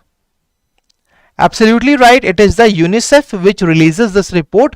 As we are talking about the girls, we are talking about the malnutrition. So guys, we are talking about the nutrition crisis. So that is why it is the UNICEF which basically releases this particular report. बढ़ते अगले question की तरफ. You have to tell me the number of insecure women which were there than men. Basically जब हम difference निकाले women और men का which were in the food insecurity, तो ये आपको बताना है what exactly this particular difference was in year 2021 as per the report which is being launched by UNICEF, that is Undernourished and Overlooked. So guys, as per this report, how many women were food insecure than men? तो कितना ही amount ज्यादा था? That was 126 million. That is option B. Okay, 126 million is the right answer. Question number 70, it is option B, that is 126 million. Okay, so the people who are saying 226 million, guys, it is not the right answer. It is 126 million, which is the right answer. Next question, guys. The next question is from the democracy report, defines in the face of autocratization. You have to tell me the India's rank in the electoral democracy index and liberal democracy index. So quickly tell me what is the name of this particular, what is the India's rank. So guys, we always tell you that this India's rank is the most important part from any report. तो हम बात कर रहे हैं democracy report 2023 की. तो मुझे जल्दी से बताइए what was the rank of India in the electoral democracy index and liberal democracy index. So I can see people are saying option A, that is 108 and 97. Absolutely right. Option A is the right answer. 108 and 97. 108 was India's rank in the electoral democracy index and 97 was India's rank in the liberal democracy index. Now can anybody tell me the name of the body which releases this report? The Democracy Report 2023. What is the name of the body which releases this report? So guys, we have just covered what exactly is the India's rank in the electoral democracy, what is India's rank in the liberal democracy.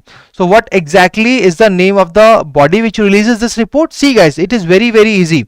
Let me tell you that this Democracy Report 2023 basically discusses the different varieties of democracy which are there across the world. ठीक है, different varieties of democracy. तो different varieties of democracy को कौन सी organisation करेगी? That is V-Dem.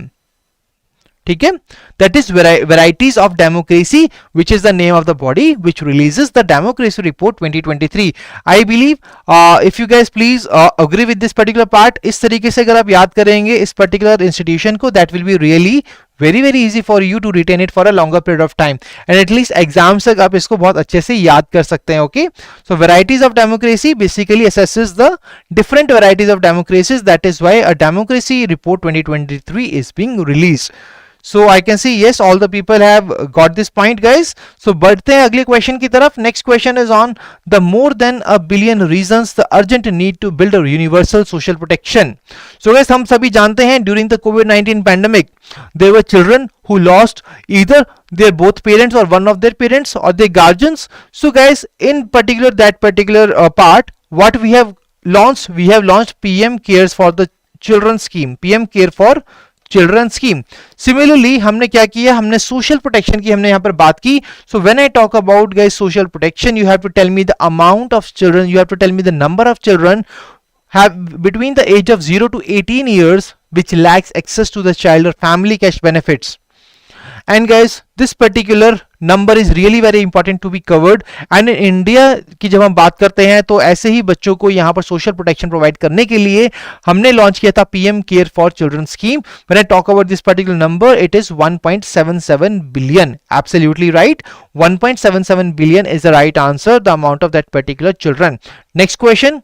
So guys, the next question is you have to tell me the percentage of the children aged 0 to 15 which are shielded by the social protection. We have told you that PM cares for children was being launched. Similarly, other schemes are being launched, other programs are being launched, other initiatives are being taken in the world to provide social protection to the children. So guys, अब आपको सामने एक question ये है, you have to tell me the percentage of the children who are shielded by social protection, जिनको ये social protection provide की गई है, and it is 26.4% only. Okay, now guys let's move on to the next question. The next question is on the foundational literacy and numeracy report. You have to tell me the name of the state which has topped in the category wise ranking index on foundational learning under a large state category. तो large state category के अंदर you have to tell me the name of that particular state which has topped the category wise ranking. What is the name of that particular state which has topped in the foundational literacy and numeracy report? Large state category, it was West Bengal. और guys, waste Bengal की अगर हम बात करते हैं तो waste Bengal का जो पावर डेवलपमेंट कॉर्पोरेशन है, it was also ranked the best performing power development corporation in India. Okay, absolutely right. So guys, जब हमने बात की foundational learning under a large state category, हम बात कर रहे हैं लर्निंग की. सिमिलरली कोई वो state, can you tell me the name of that particular state which has launched its own ranking framework for the higher education institutions? Higher education institutions के लिए अपना खुद का एक रैंकिंग फ्रेमवर्क लॉन्च करने वाली वो कौन सी स्टेट है? Can anybody tell me that? So the name of that particular state is Kerala. Okay, absolutely right. I can see Rishi, Bhakti, Somna, Rohit, Shivam, Samarth. Everybody is saying me Kerala is the right answer. Absolutely right. Kerala is that particular state which has adopted this particular first ranking framework for its higher education institutions. तो जब हम बात करते हैं बाकी state categories की, तो large state categories it was West Bengal which topped. In the small state category, it was Punjab on the top. In the Union Territory, it was the Puducherry with 54.76, which was on the top in this particular index. The index name is basically Foundational Literacy and the Numeracy Report. Okay. Now let's move on to the next question, guys. Next question is on the second advanced estimates of national income for 2022-2023. So quickly tell me the estimated growth rate of the nominal GDP at current prices as per the second advanced estimates of the national income. So guys, here we are talking about the second advanced estimates for the national income. So अभी हमने बात की थी कि recently मौसमी ने जो data release किया था उसके according the India's growth rate is going to be 7.2%. But यहाँ पर हम बात कर रहे हैं नॉमिनल जीडीपी और GDP at current prices. So you have to tell me what was the estimated growth rate as per this report. It was 15.9% as per the second advance estimates of national income for 2022-2023. Absolutely right, guys. It is option C, that is 15.9%. Next question is on the screen, guys. Quickly tell me the right answer. You have to tell me what was the global average scale on the index in 2022. We are talking about the women business and the law index. Once again, this particular index talks about the gender gap which basically stays in the businesses, in the law, and women's की जो participation है ये इस particular report ये बताती है हमें इसके बारे में. सो आपके सामने क्वेश्चन है, what is the global average scale on the index in 2022? Can anybody tell me what exactly it is? What was the score? It was 77.1. Can you tell me what is the name of the body which releases this report? Guys, please quickly tell me the name of the organization which releases this report. The report's name is Women Business and the Law Index. It is World Bank which launches the Women Business and the Law Index, and the global average score on the index was 77.1. So the next question on the report, that is Women and Men in India 2022. So guys, Women and Men in India 2022, quickly tell me the name of the body or the ministry which releases this Women and Men in India 2022 report.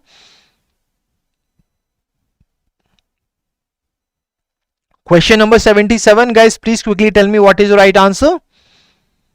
So it is the Ministry of Statistics and Program Implementation which releases this report. I can see Samarth, Mahika, Neetu, Millie, Swati, Ayushi, Rishi, Abhishek, everybody is giving me the right answer.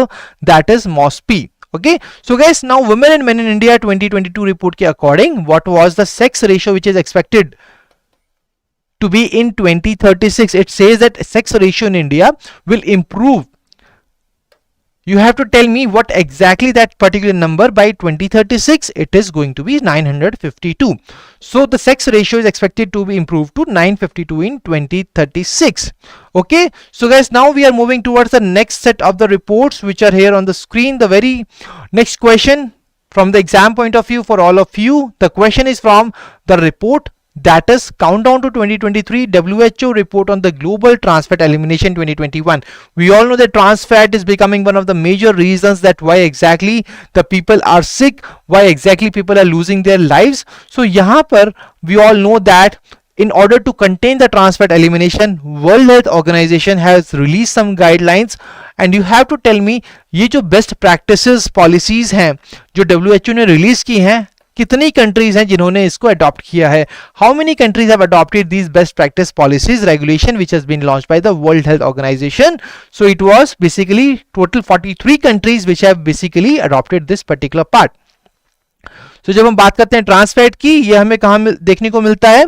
These are basically found in the packed food items which we eat, and that is why this trans fat elimination is really very important to be eliminated.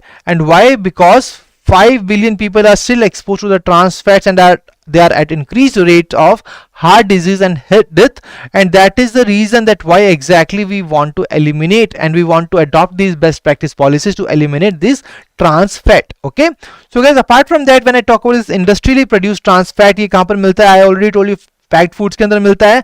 But why exactly we are talking about it? Because this trans fat is responsible for 5 lakh early deaths from coronary heart diseases, a point which should be covered from the exam point of view. Okay, so guys, these are the most important details from this particular report. Now let's move on to the next question. The next question is on the levels and trends in child mortality 2022. So level and trend in child mortality 2022, you have to tell me the number of children who died before their 5th birthday in 2021. So we are talking about the child mortality 2022. So guys, can anybody tell me what exactly the number of children who died before their 5th birthday and in 2021 as per this report? So it is basically 5 million children died before their 5th birthday. ठीक है, तो 5 का ये जो link है इसको आप याद रख सकते हैं from the exam point of view. Now guys, please quickly tell me what exactly is the name of the body which releases this report. We are talking about the child mortality. तो child mortality की ये जो report है, the levels and trends in child mortality 2022, what is the name of the body which releases this report? I am waiting for your responses in the comment section guys. Quickly tell me the name of the body which releases this report. The report we are talking about here is the levels and trends in the child mortality. So as we are talking about the children guys,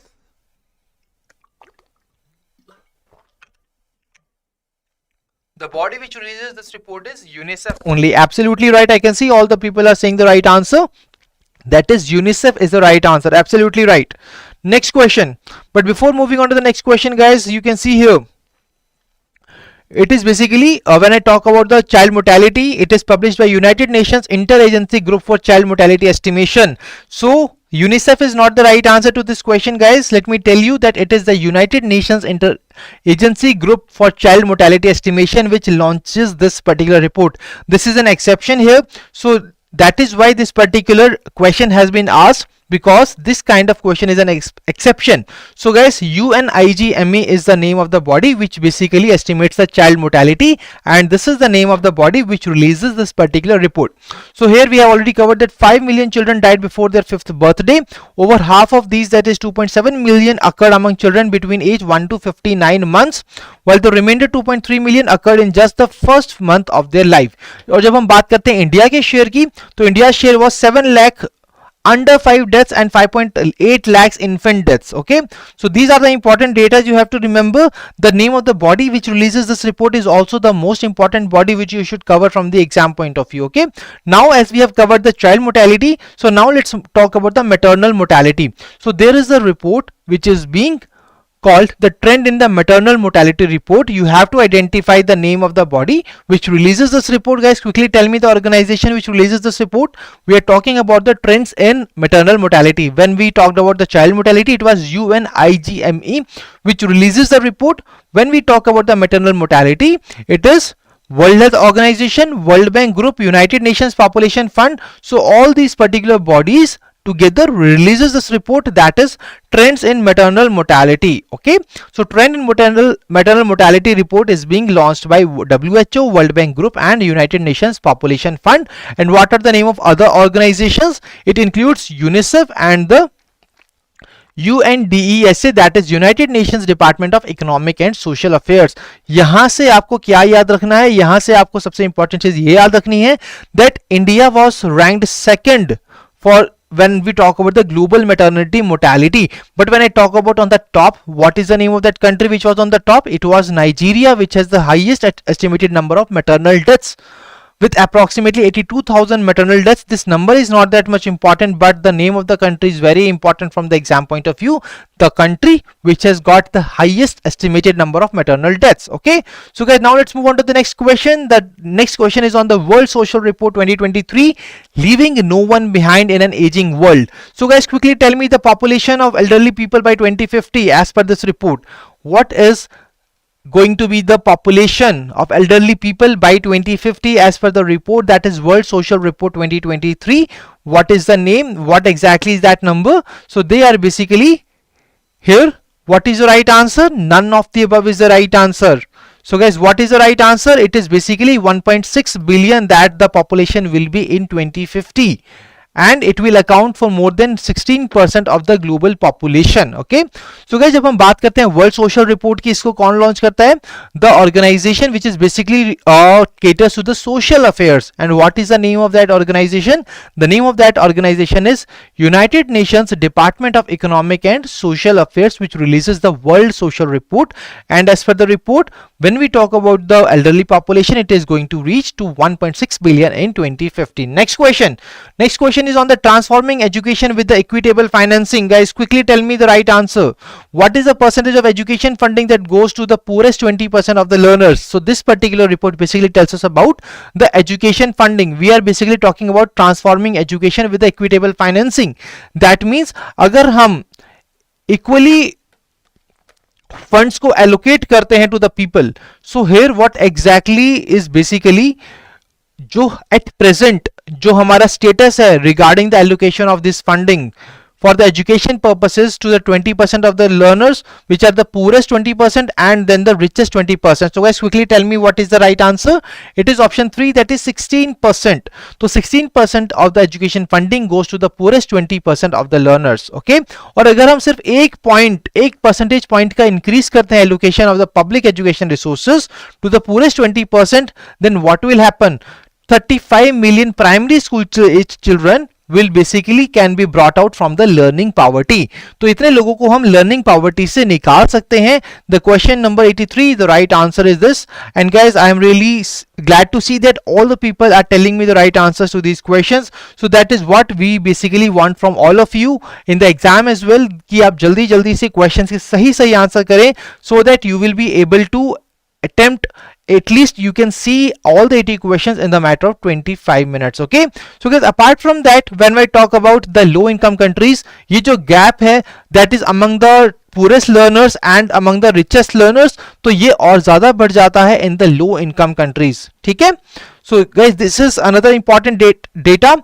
And when I talk about the middle income countries, the richest learners receive around 4 times more public education spending than the poor learners. Okay, so now let's move on to the next question, guys. So now these questions are the most important one. Why so? Because this is a report, that is ACER report, annual status of education report 2022. So guys, this particular report talks about the status of education in India, and you have to tell me what is the percentage of overall enrollment during the 2022. So guys, let me tell you that in this session we will also be covering the Union Budget and Economic Survey, most important questions. तो आप सभी से request है कि जल्दी जल्दी से इन questions का आंसर कीजिए, so that we can cover those particular questions as well. So here the question is on the ACER report, annual status of education report. You have to tell me the percentage of overall enrollment during the 2022. So guys, what is the right answer? It was basically 98.4% the overall enrollment during the 2022. ठीक है, जब हम बात करते हैं enrolment in the government schools, it was 65.6% in 2018 and it increased to 72.9% in 2022. Let me tell you guys, the datas from this reports are very important. इन्हीं data के ऊपर एग्जाम के अंदर क्वेश्चन पूछा जाता है, and that is why you have to be very sure that what kind of data is being asked. Okay, so when I talk about the proportion of girls who have not enrolled, then it has basically reduced, which is once again guys, it is a really very important achievement for our country. So in 2018 it was 4.1%, it reduced to 2% in 2022. Okay, so when we talk about this particular report guys, this particular report assesses, collects the data for the age group of 3 to 16. and जब हम बात करते हैं age group 5 to 16 की, it basically assesses the basic reading and arithmetic levels of the children at the national, state as well as the district levels. So these 3 levels पे हम इनको basically assess करते हैं. Next question. So here guys, the next question is on the schools which are having usable girls toilets during 2022. So quickly tell me the percentage of schools having usable girls toilets during 2022. So guys, let me tell you that we have already covered these reports in a very detailed manner. So today I am not giving you the explanation, I am just telling you the right answer to these questions, because we have already revised them lot many times, and this is the time that you should retain this information from the exam point of view, and that is the test in the today's session कि आप कितना retain कर पाए हैं सभी information को जो हमने पिछले कुछ मंथ्स में इनको रिवाइज किया है. ठीक है, so guys, what is that percentage of schools having usable girls toilets? It is 68.4%. Okay, so यहां पर आपके सामने पूरा का पूरा इंपॉर्टेंट डेटा है. When I talk about the overall enrolment, it was 98.4%. We have already covered it. Then government school for the age group 6 to 14, it was 72.9%. proportion proportion of girls not enrolled in the age group 11 to 14 and 15 to 16. 11 to 14 में it reduced from 4.1% to 2%, and for the age group of 15 to 16 it reduced from 13.5% to 7.9%. Okay, so this is the right answer, guys. So these are the most important things you have to remember. Now let's move on to the next question. Now we are moving towards another important report, that is iShare report, which is once again from this particular education only, which tells us about the higher education in India. So all India survey on higher education, the very first question is once again on the enrollment in the higher education. तो ये basically कितना improve हुई है from 38.5 crore. 3.85 crore was the number in the 2019-2020, and you have to tell me how much it has increased to in 2020-2021. So guys, quickly tell me the right answer. So it is basically 4.14 crore. Absolutely right. So Mili, Bhakti, Savna, Swati, Shivam, Muskan, everybody has given me the right answer. That is 4.14 crore is the right answer to this question. So guys, 4.14 crore is the right answer. Ministry of Education release करती है. Absolutely right. So guys, these are the very important details from the exam point of view. Now next question. The percentage of the female enrollment to total enrollment has increased from 45%. So earlier in the 2014-15 it was 45%, and now it has increased to what percent in 2021? 45% से बढ़कर 2020-2021 के अंदर वो कितना increase हुआ है, ये आपको बताना है इस क्वेश्चन के अंदर. So when I talk about the female enrolment to the total enrolment, it increase to 49% from 45%. Okay, previous अगर हम नंबर याद करते हैं तो इट वाज 45%, ये भी आपको एग्जाम में याद रखना है. बट सबसे इंपॉर्टेंट चीज है ये number, that is 49%. Okay, I can see all the people have given me the right answer. That is option 1, 49%. Absolutely right. Mahak, Aniket, Mili, Muskan, this is the right part. Now let's move on to the next question. The next question is on the collapse and recovery. How COVID-19 eroded human capital and what to do about it. Once again, guys, this was a report which was being released. So we have seen during the COVID-19 pandemic that there was a collapse as well as the recovery of our economies. So यहाँ पर but एक चीज important थी, that is the human capital. We all know that lot of human capital was lost during the COVID-19. But guys, the very first question here on this particular report is, you have to tell me the name of the body which releases this particular report, which has released this report. What is the name of the body? It was World Bank which has launched the collapse and recovery. So guys, we all know that economy के अंदर सबसे ज्यादा important हमने बात की थी, वो कौन सी ऑर्गेनाइजेशन है? That is world bank which plays its role, and this particular report was being launched by the World Bank only. that is world bank ने लॉन्च किया है कोलैप्स एंड रिकवरी रिपोर्ट को. ठीक है, और ये रिपोर्ट कहती है ड्यू टू द कोविड-19 पैंडेमिक, यहां पर जो हमारे चिल्ड्रन हैं उन्होंने लॉस किया है more than 34% of the learning in the early languages and literacy and 29% in the mathematics. Even जो एनरोलमेंट परसेंटेजेस हैं हम उसको रिकवर नहीं कर पाए हैं बहुत सारी कंट्रीज में, विच वेंट डाउन बाय 10%. 10% तक वहां पर गिरावट देखने को मिली है. Next question guys, global quality infrastructure index. Global quality infrastructure index, quickly tell me the name of the country which has topped the global quality infrastructure index. Let me tell you that this particular index is basically based on 3 different parameters. 3 अलग-अलग parameters पे इसको हम करते हैं, and you have to tell me the name of the country which has topped the global quality infrastructure index. So it was basically Germany which has topped it. Now guys, you have to tell me in the quality infrastructure what exactly was the rank of India. What was India's rank in the quality infrastructure? So guys, we are talking about the global quality infrastructure index. As per this index, what was India's rank in the quality infrastructure? So I'm waiting for your responses in the comment section. So I can see here all the people are saying 10th. Absolutely right guys. So India's rank was 10th overall.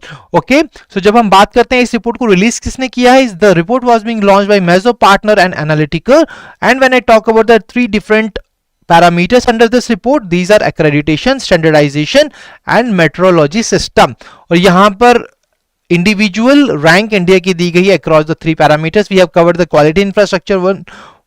Now let's move on to the next question guys. So here the next question is on the state finances, a study of budgets. A very easy question. Please tell me the name of the body which releases this particular report. So guys, we are talking about the state finances, a study of budgets 2022-2023. What is the body which releases this report? It is Reserve Bank of India. Okay, so Reserve Bank of India is the right answer to this particular question. Absolutely right, guys. It is Reserve Bank of India which releases the state finances, a study of budgets 2022-2023. Okay, so guys, this is basically an annual publication of the Reserve Bank of India. जब हम बात करते हैं theme की, it was capital formation in India, the role of states which was there, and one of the important finding from this report was on the state's gross fiscal deficit, and it says that it is budgeted to decline from 4.1% to 3.4%. 4.1% से वो reduce होने वाली है 3.4% in 2022-2023. Absolutely right. I can see all the people are giving me the right answers. So guys, now let's move on to the very important document, that is the Union Budget. So guys, union budget की अगर हम बात करते हैं तो union budget के ऊपर पहला क्वेश्चन आप सभी के सामने है. So guys, quickly tell me. So अब क्विकली हम इकोनॉमिक सर्वे यूनियन बजट के क्वेश्चंस को करेंगे. पहले सबसे important 10 questions from the union budget followed by the 10 most important questions from the economic survey. ठीक है, लेट मी टेल यू कि मैं स्कीम्स को डिस्कस नहीं करने वाला हूं यहां पर, बिकॉज गुरकीरत सर ने अपने प्रीवियस सेशन के अंदर schemes, allocations and other important details have already been covered. So यहां पर गाइस आप सभी के सामने पहला क्वेश्चन है from the union budget. So since 2014 India's per capita income has more than double to what amount, that you have to tell me as per the union budget 2023-2024. So guys, quickly tell me what is the right answer to this part. So guys, union budget, as per the article 112 of the Indian Constitution, this particular budget is being framed, जिसको हम financial statement के नाम से भी जानते हैं, that is annual financial statement. तो आपके सामने क्वेश्चन है that you have to tell me what is India's per capita income. जो इंडिया की पर कैपिटा इनकम है वो डबल हो गई है. What exactly that number? It is 1.97 lakh. Absolutely right. All the people have given me the right answer. That is option C, 1.97 lakh. Next question, guys. So we all know that in this particular budget, Saptarishi was being announced. Saptarishi, that means 7 priorities of the union budget. So आपके सामने question ये है, आपको ये बताना है कि इसमें से वो कौन से वो पिलर्स हैं इस सप्तऋषि प्रायोरिटीज के. इसमें से कौन कौन से ऑप्शंस हैं which are the part of the Saptarishi priorities? Inclusive development, reaching the last mile, financial sector, green growth, and all of the above. So guys, here when I talk about all of the above are the part of these Saptarishi priorities. And what are these? These are inclusive development, reaching the last mile, infrastructure and investment, unleashing the potential, green growth, youth power and financial sector. Let me tell you guys, ये जो सप्तऋषि है इसके ऊपर question exam के अंदर आ सकता है, and that will be the most basic question which can be asked from this year's union budget.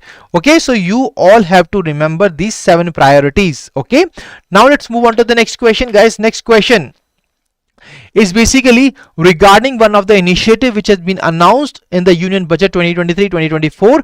And what is the aim of that? The aim of this particular thing is to encourage agri startups by young entrepreneurs in the rural areas that will bring innovative and affordable solutions. So Amal is asking about the RBI Grade B 2024. कब से start होगा? We will definitely let you know about that. For this, you can just drop us a mail at hello@edutap.co.in, Amal. Okay, and our team will definitely come in contact with you and they will tell you all the important things about that. Okay. So guys, यहाँ पर बात हो रही है the initiative which has been launched, and the initiative which they have announced during the Union Budget 2023-2024 was Agriculture Accelerator Fund. I can see all the people have given me the right answer to this question. That is option A. Absolutely right. Next question, guys. So next question, India is the largest producer and the dash largest exporter of Shri Anna. We have seen that this particular union budget, the lot of hype was on the Shri Anna, which includes different kinds of products like jawar, ragi, bajra, kuttu, ramdana, kangini, kutki, kodo, china and sama. But guys, यहाँ पर आपके सामने question है, ये जो श्री अन्ना है इसके अंदर जो सबसे ज्यादा हमारे इंडिया लार्जेस्ट प्रोड्यूसर है इसका, और इंडिया एक्सपोर्ट भी इसको करता है. इंडिया एक्सपोर्टिंग में कौन से नंबर पे है? That you have to tell me guys. So guys, quickly tell me what is the right answer. So right answer is option A. Absolutely right. That is second largest exporter of Shri Anna.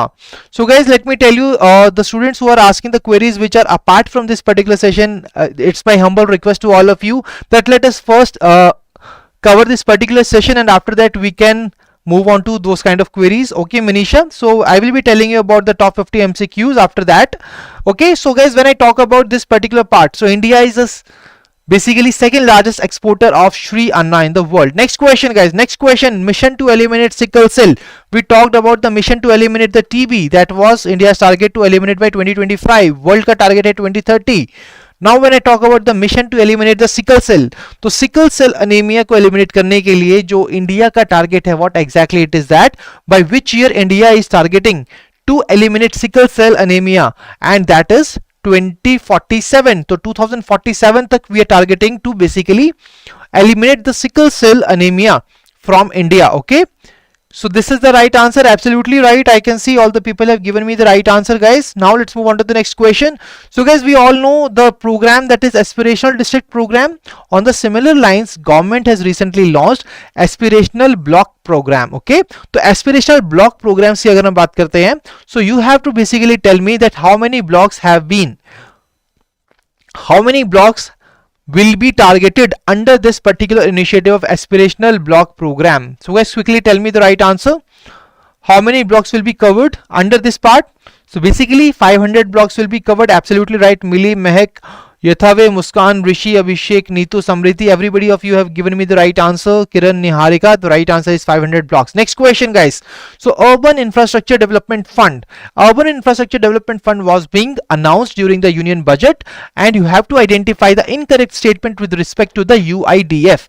So guys, please quickly tell me with respect to UIDF, which one of the following statements are incorrect. The first statement is talking about that it will be established through priority sector lending shortfall. Is this statement right? This is absolutely right. Next question.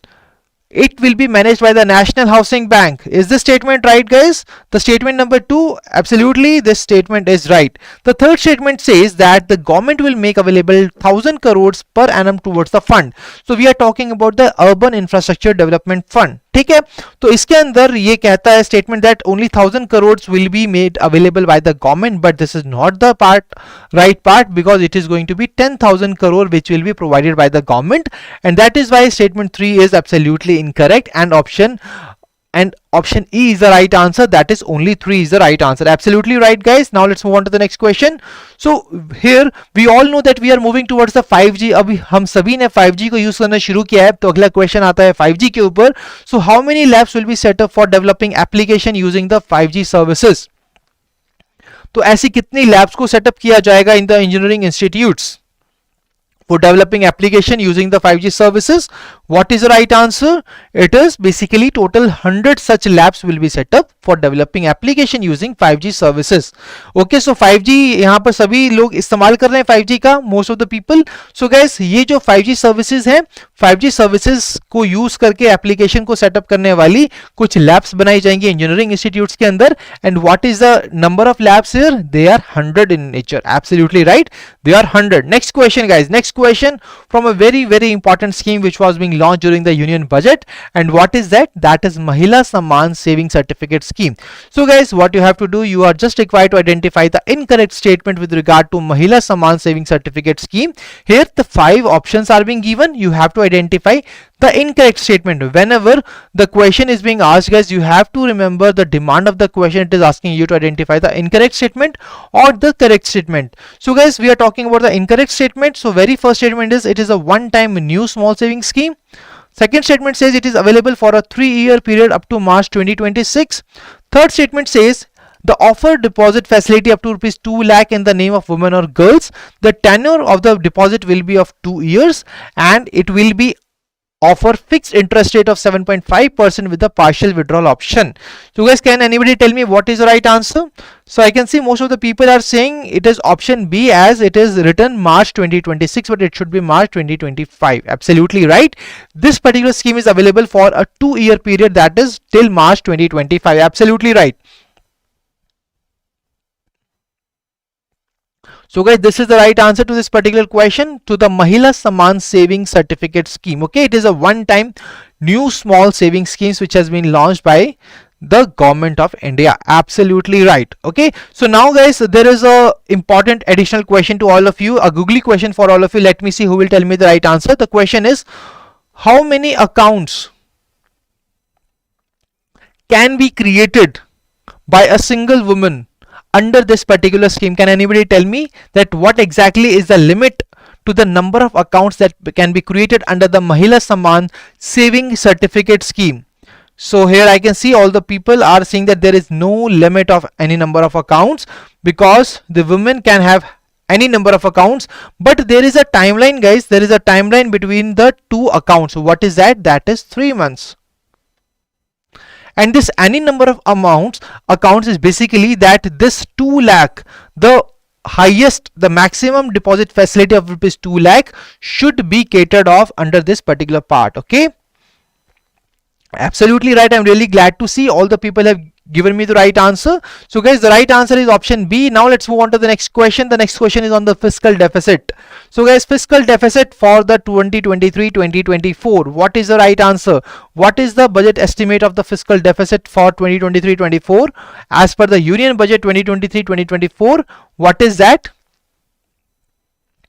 So guys, it is basically 5.9%. Okay, absolutely right. I can see all the people are saying option D is the right answer. That is 5.9%. Absolutely right. So 5.9% is the right answer. So now guys, we will be talking about the another important thing, that is economic surveys. Okay, so we will be just covering economic survey most important questions now, and here is the first question from the economic survey, and the very first question is on the range of India's GDP growth for the fiscal year 2023-2024 as per the economic survey. So guys, economic survey 2022-2023 के according जो India की GDP growth rate है वो कितनी रहने वाली है for the 2023-24? Quickly tell me guys what exactly it will be. So it will be between the range of 6 to 6.8%. That is option C is the right answer.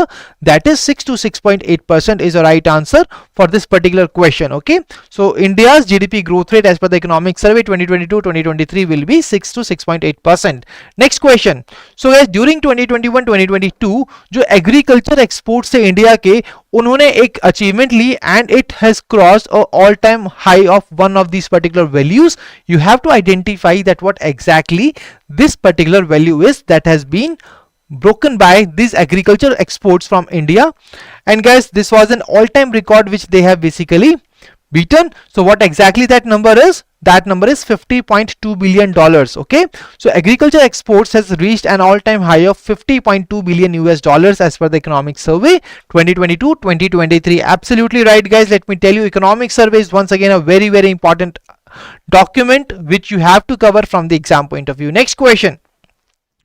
So here you have to tell me the number of people who have exited the poverty. See guys, let me tell you that economic survey has quoted a data from a report, that is United Nations Multidimensional Poverty Index, and from that particular report there was a data in that report that says from 2005 to 6 to 2019-2021, between this particular period there was some certain amount of people who have exited the poverty, and you have to tell me the number of those people who have exited poverty. What was that? That is 41 crore people have basically exited the poverty between this particular timeline as per the United Nations Multidimensional Poverty Index. Next question. So guys, this question is related to the gross non-performing assets of the scheduled commercial banks. So scheduled commercial banks का जो gross non-performing assets है, it has fallen to a 7-year low. So you have to tell me what exactly that particular percentage for this GNPA ratio of SCBs, which has fallen to a 7-year lowest point. What exactly it is? Question number 104, guys. What is the right answer? It is 5%. Absolutely right. It is 5.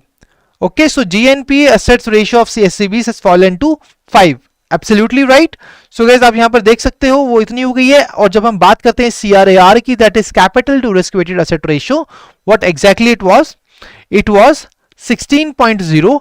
and let me tell you, जब हम बात करते हैं regulatory requirements की, so these institutions are required to maintain this ratio at 11.5, but they are having this ratio of 16.0. Absolutely right. And when we talk about the GNPA, it was 5. Absolutely. So now guys, let's move on to the next question. Next question is on the average monthly gross GST collection, which has increased from 0.9 lakh crore to dash into fiscal year 2023. So we are talking about the monthly gross GST collection. So guys, let me tell you that last year there was a question that in the month of April, India के जो monthly gross GST collections थे उसने एक record achieve किया था. Similarly let me tell you that overall जब हम बात करते हैं average monthly gross GST collection की, so it has increase. What is that particular number? It has increase from 0.9 to 1.49 lakh crore rupees per month. So this is basically the average monthly gross GST collection. Okay, next question. So union government has provided dash years of interest-free loans to the state governments under the scheme for special assistance to states for the capital investment. So guys, please quickly tell me the right answer. What amount, for what number of years this particular interest-free loans have been provided to the state governments under this particular scheme for special assistance for capital investment for the last 3 years? What is the right answer? How many years? Absolutely right, Neetu, Rishabh, Millie, Sachin, that it is 50 years. 50 years का interest free loans was being provided to the state government. Next question. So central and state governments budgeted expenditure on health sector.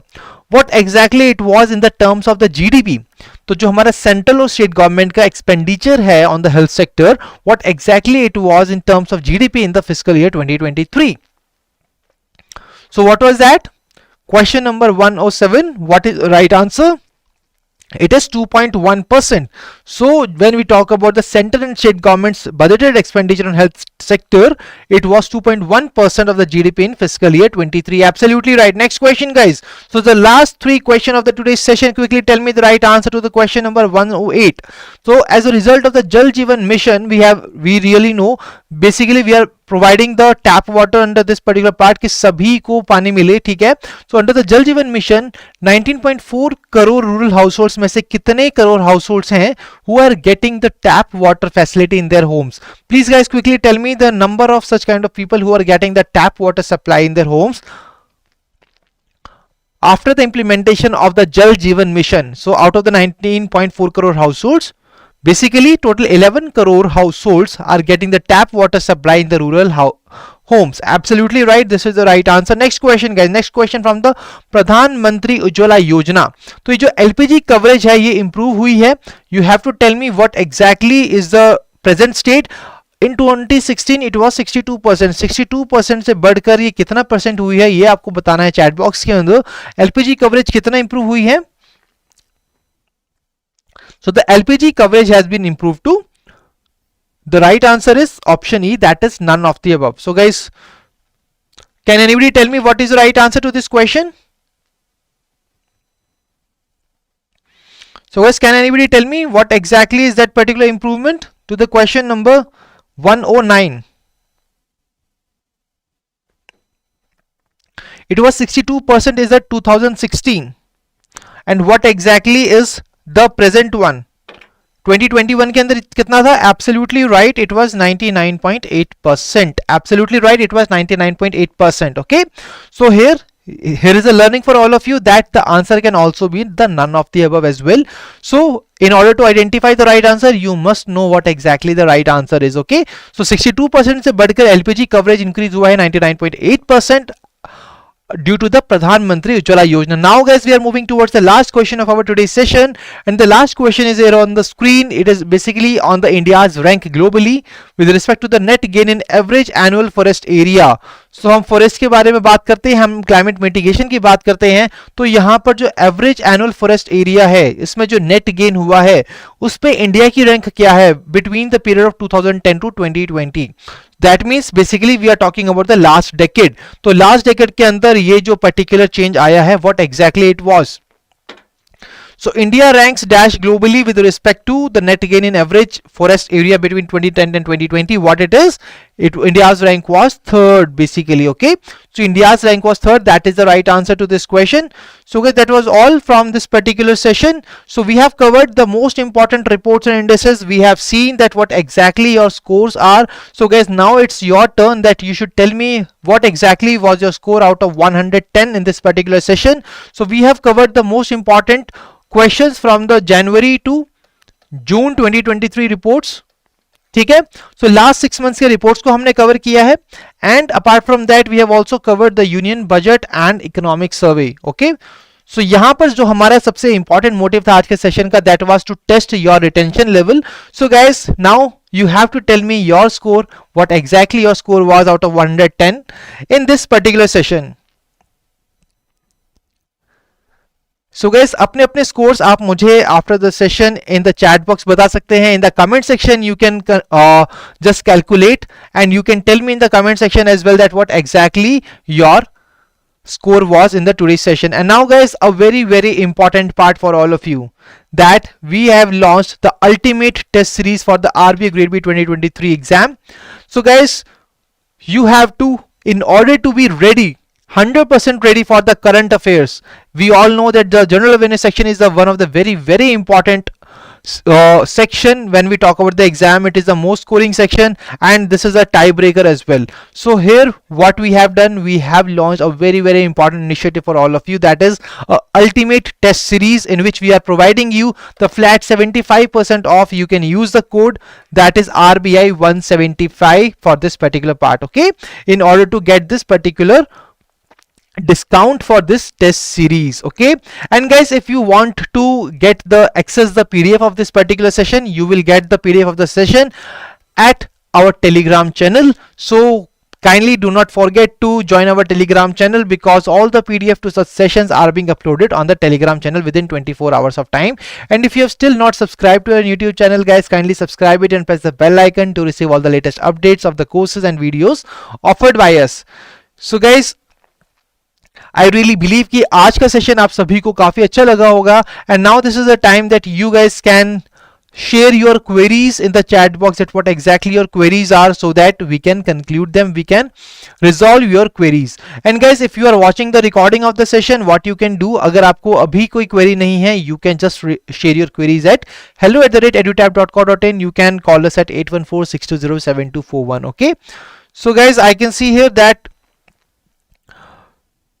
thank you guys for your kind words. So guys, please, if you are having any kind of queries, feel free to revert with the queries in the comment section or the chat box, and we will be resolving your queries. So Manisha was asking about the top 50 MCQ session. So Manisha, in this week we will be having the top 50 MCQ session.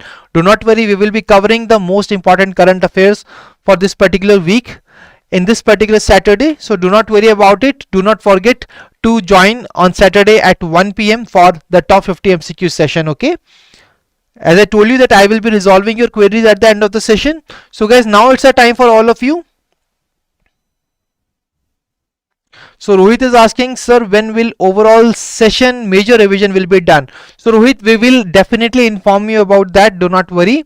But I think it is really very important to focus on the component wise current affairs right now. So we have just covered the government schemes in this marathon session, the most important part. Then apart from that, we have also covered the RBI notifications. Yesterday Kritika ma'am has taken the session, and now today we have covered the most important reports and indices. We have covered the union budget as well as the economic survey.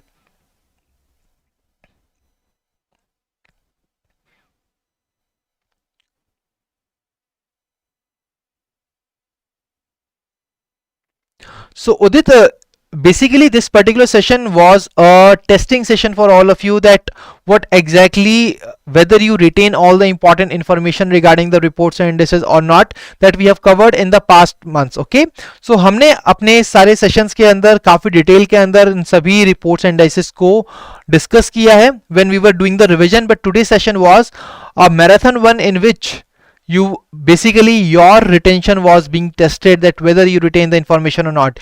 अगर आपको in detail अपना session अपने reports and indices को cover करना है, you can definitely watch those sessions which we have conducted for each and every month for that, and you will definitely be able to cover that. Okay, so I hope that I have answered your query, Udit. So Abhishek is asking, sir, anxiety. See guys, you guys are preparing really well enough. So उससे थोड़ी anxiety भी होगी. Do not worry about it. It's quite normal. बस अपने strengths पर focus कीजिए. अपने जो weak areas हैं उनको identify करके उन पर workout कीजिए. कैसे उनको आप ठीक कर सकते हैं. Still you have more than a week before the exam. Okay, so आप एब्सोल्युटली आप देख सकते हैं इस सब चीजों को, एंड अपने रिवीजन पर फोकस कीजिए. जो भी चीजें पढ़ी हैं उनको रिवाइज कीजिए. Definitely I will tell you that when you will revise everything, जो भी आपने पढ़ा है उसको रिवाइज करेंगे, and then you will appear in the mocks. It will definitely raise your confidence level. तो ये एंग्जाइटी वहां से कम होगी. रिवीजन कीजिए अच्छी, जो भी पढ़ा है इस टाइम पर कुछ नया पढ़ने की बजाय उसको पहले कवर कीजिए जो आपने अभी तक पढ़ लिया है, and then appear in the mocks, see what exactly your scores are, just focus on that what exactly are your weak areas, अपने weak areas को convert कीजिए अपने strong areas के अंदर और अपने strong areas को strong area बनाए रखिए, ठीक है। So I hope that your answer has been, your question has been answered, Abhishek. So Ankit, basically tomorrow we will be having a session on the ESI part. Okay, so ESI का कल होगा हमारा marathon session, so do not forget to join. So tomorrow we will be having the ESI part and day after tomorrow we will be having the GA part. Okay, so the most important questions will be covered and we will see, we will just test your retention levels as well, that how exactly it is. And I think guys, you guys must also agree with that, that this is the best way to revise, that is by solving the MCQs. Okay, so ये जो session है ये revision के लिए काफी जरूरी है आप सभी के लिए. You can just test it that what exactly your preparation levels are and किस area में आपको ज्यादा focus करने की जरूरत है.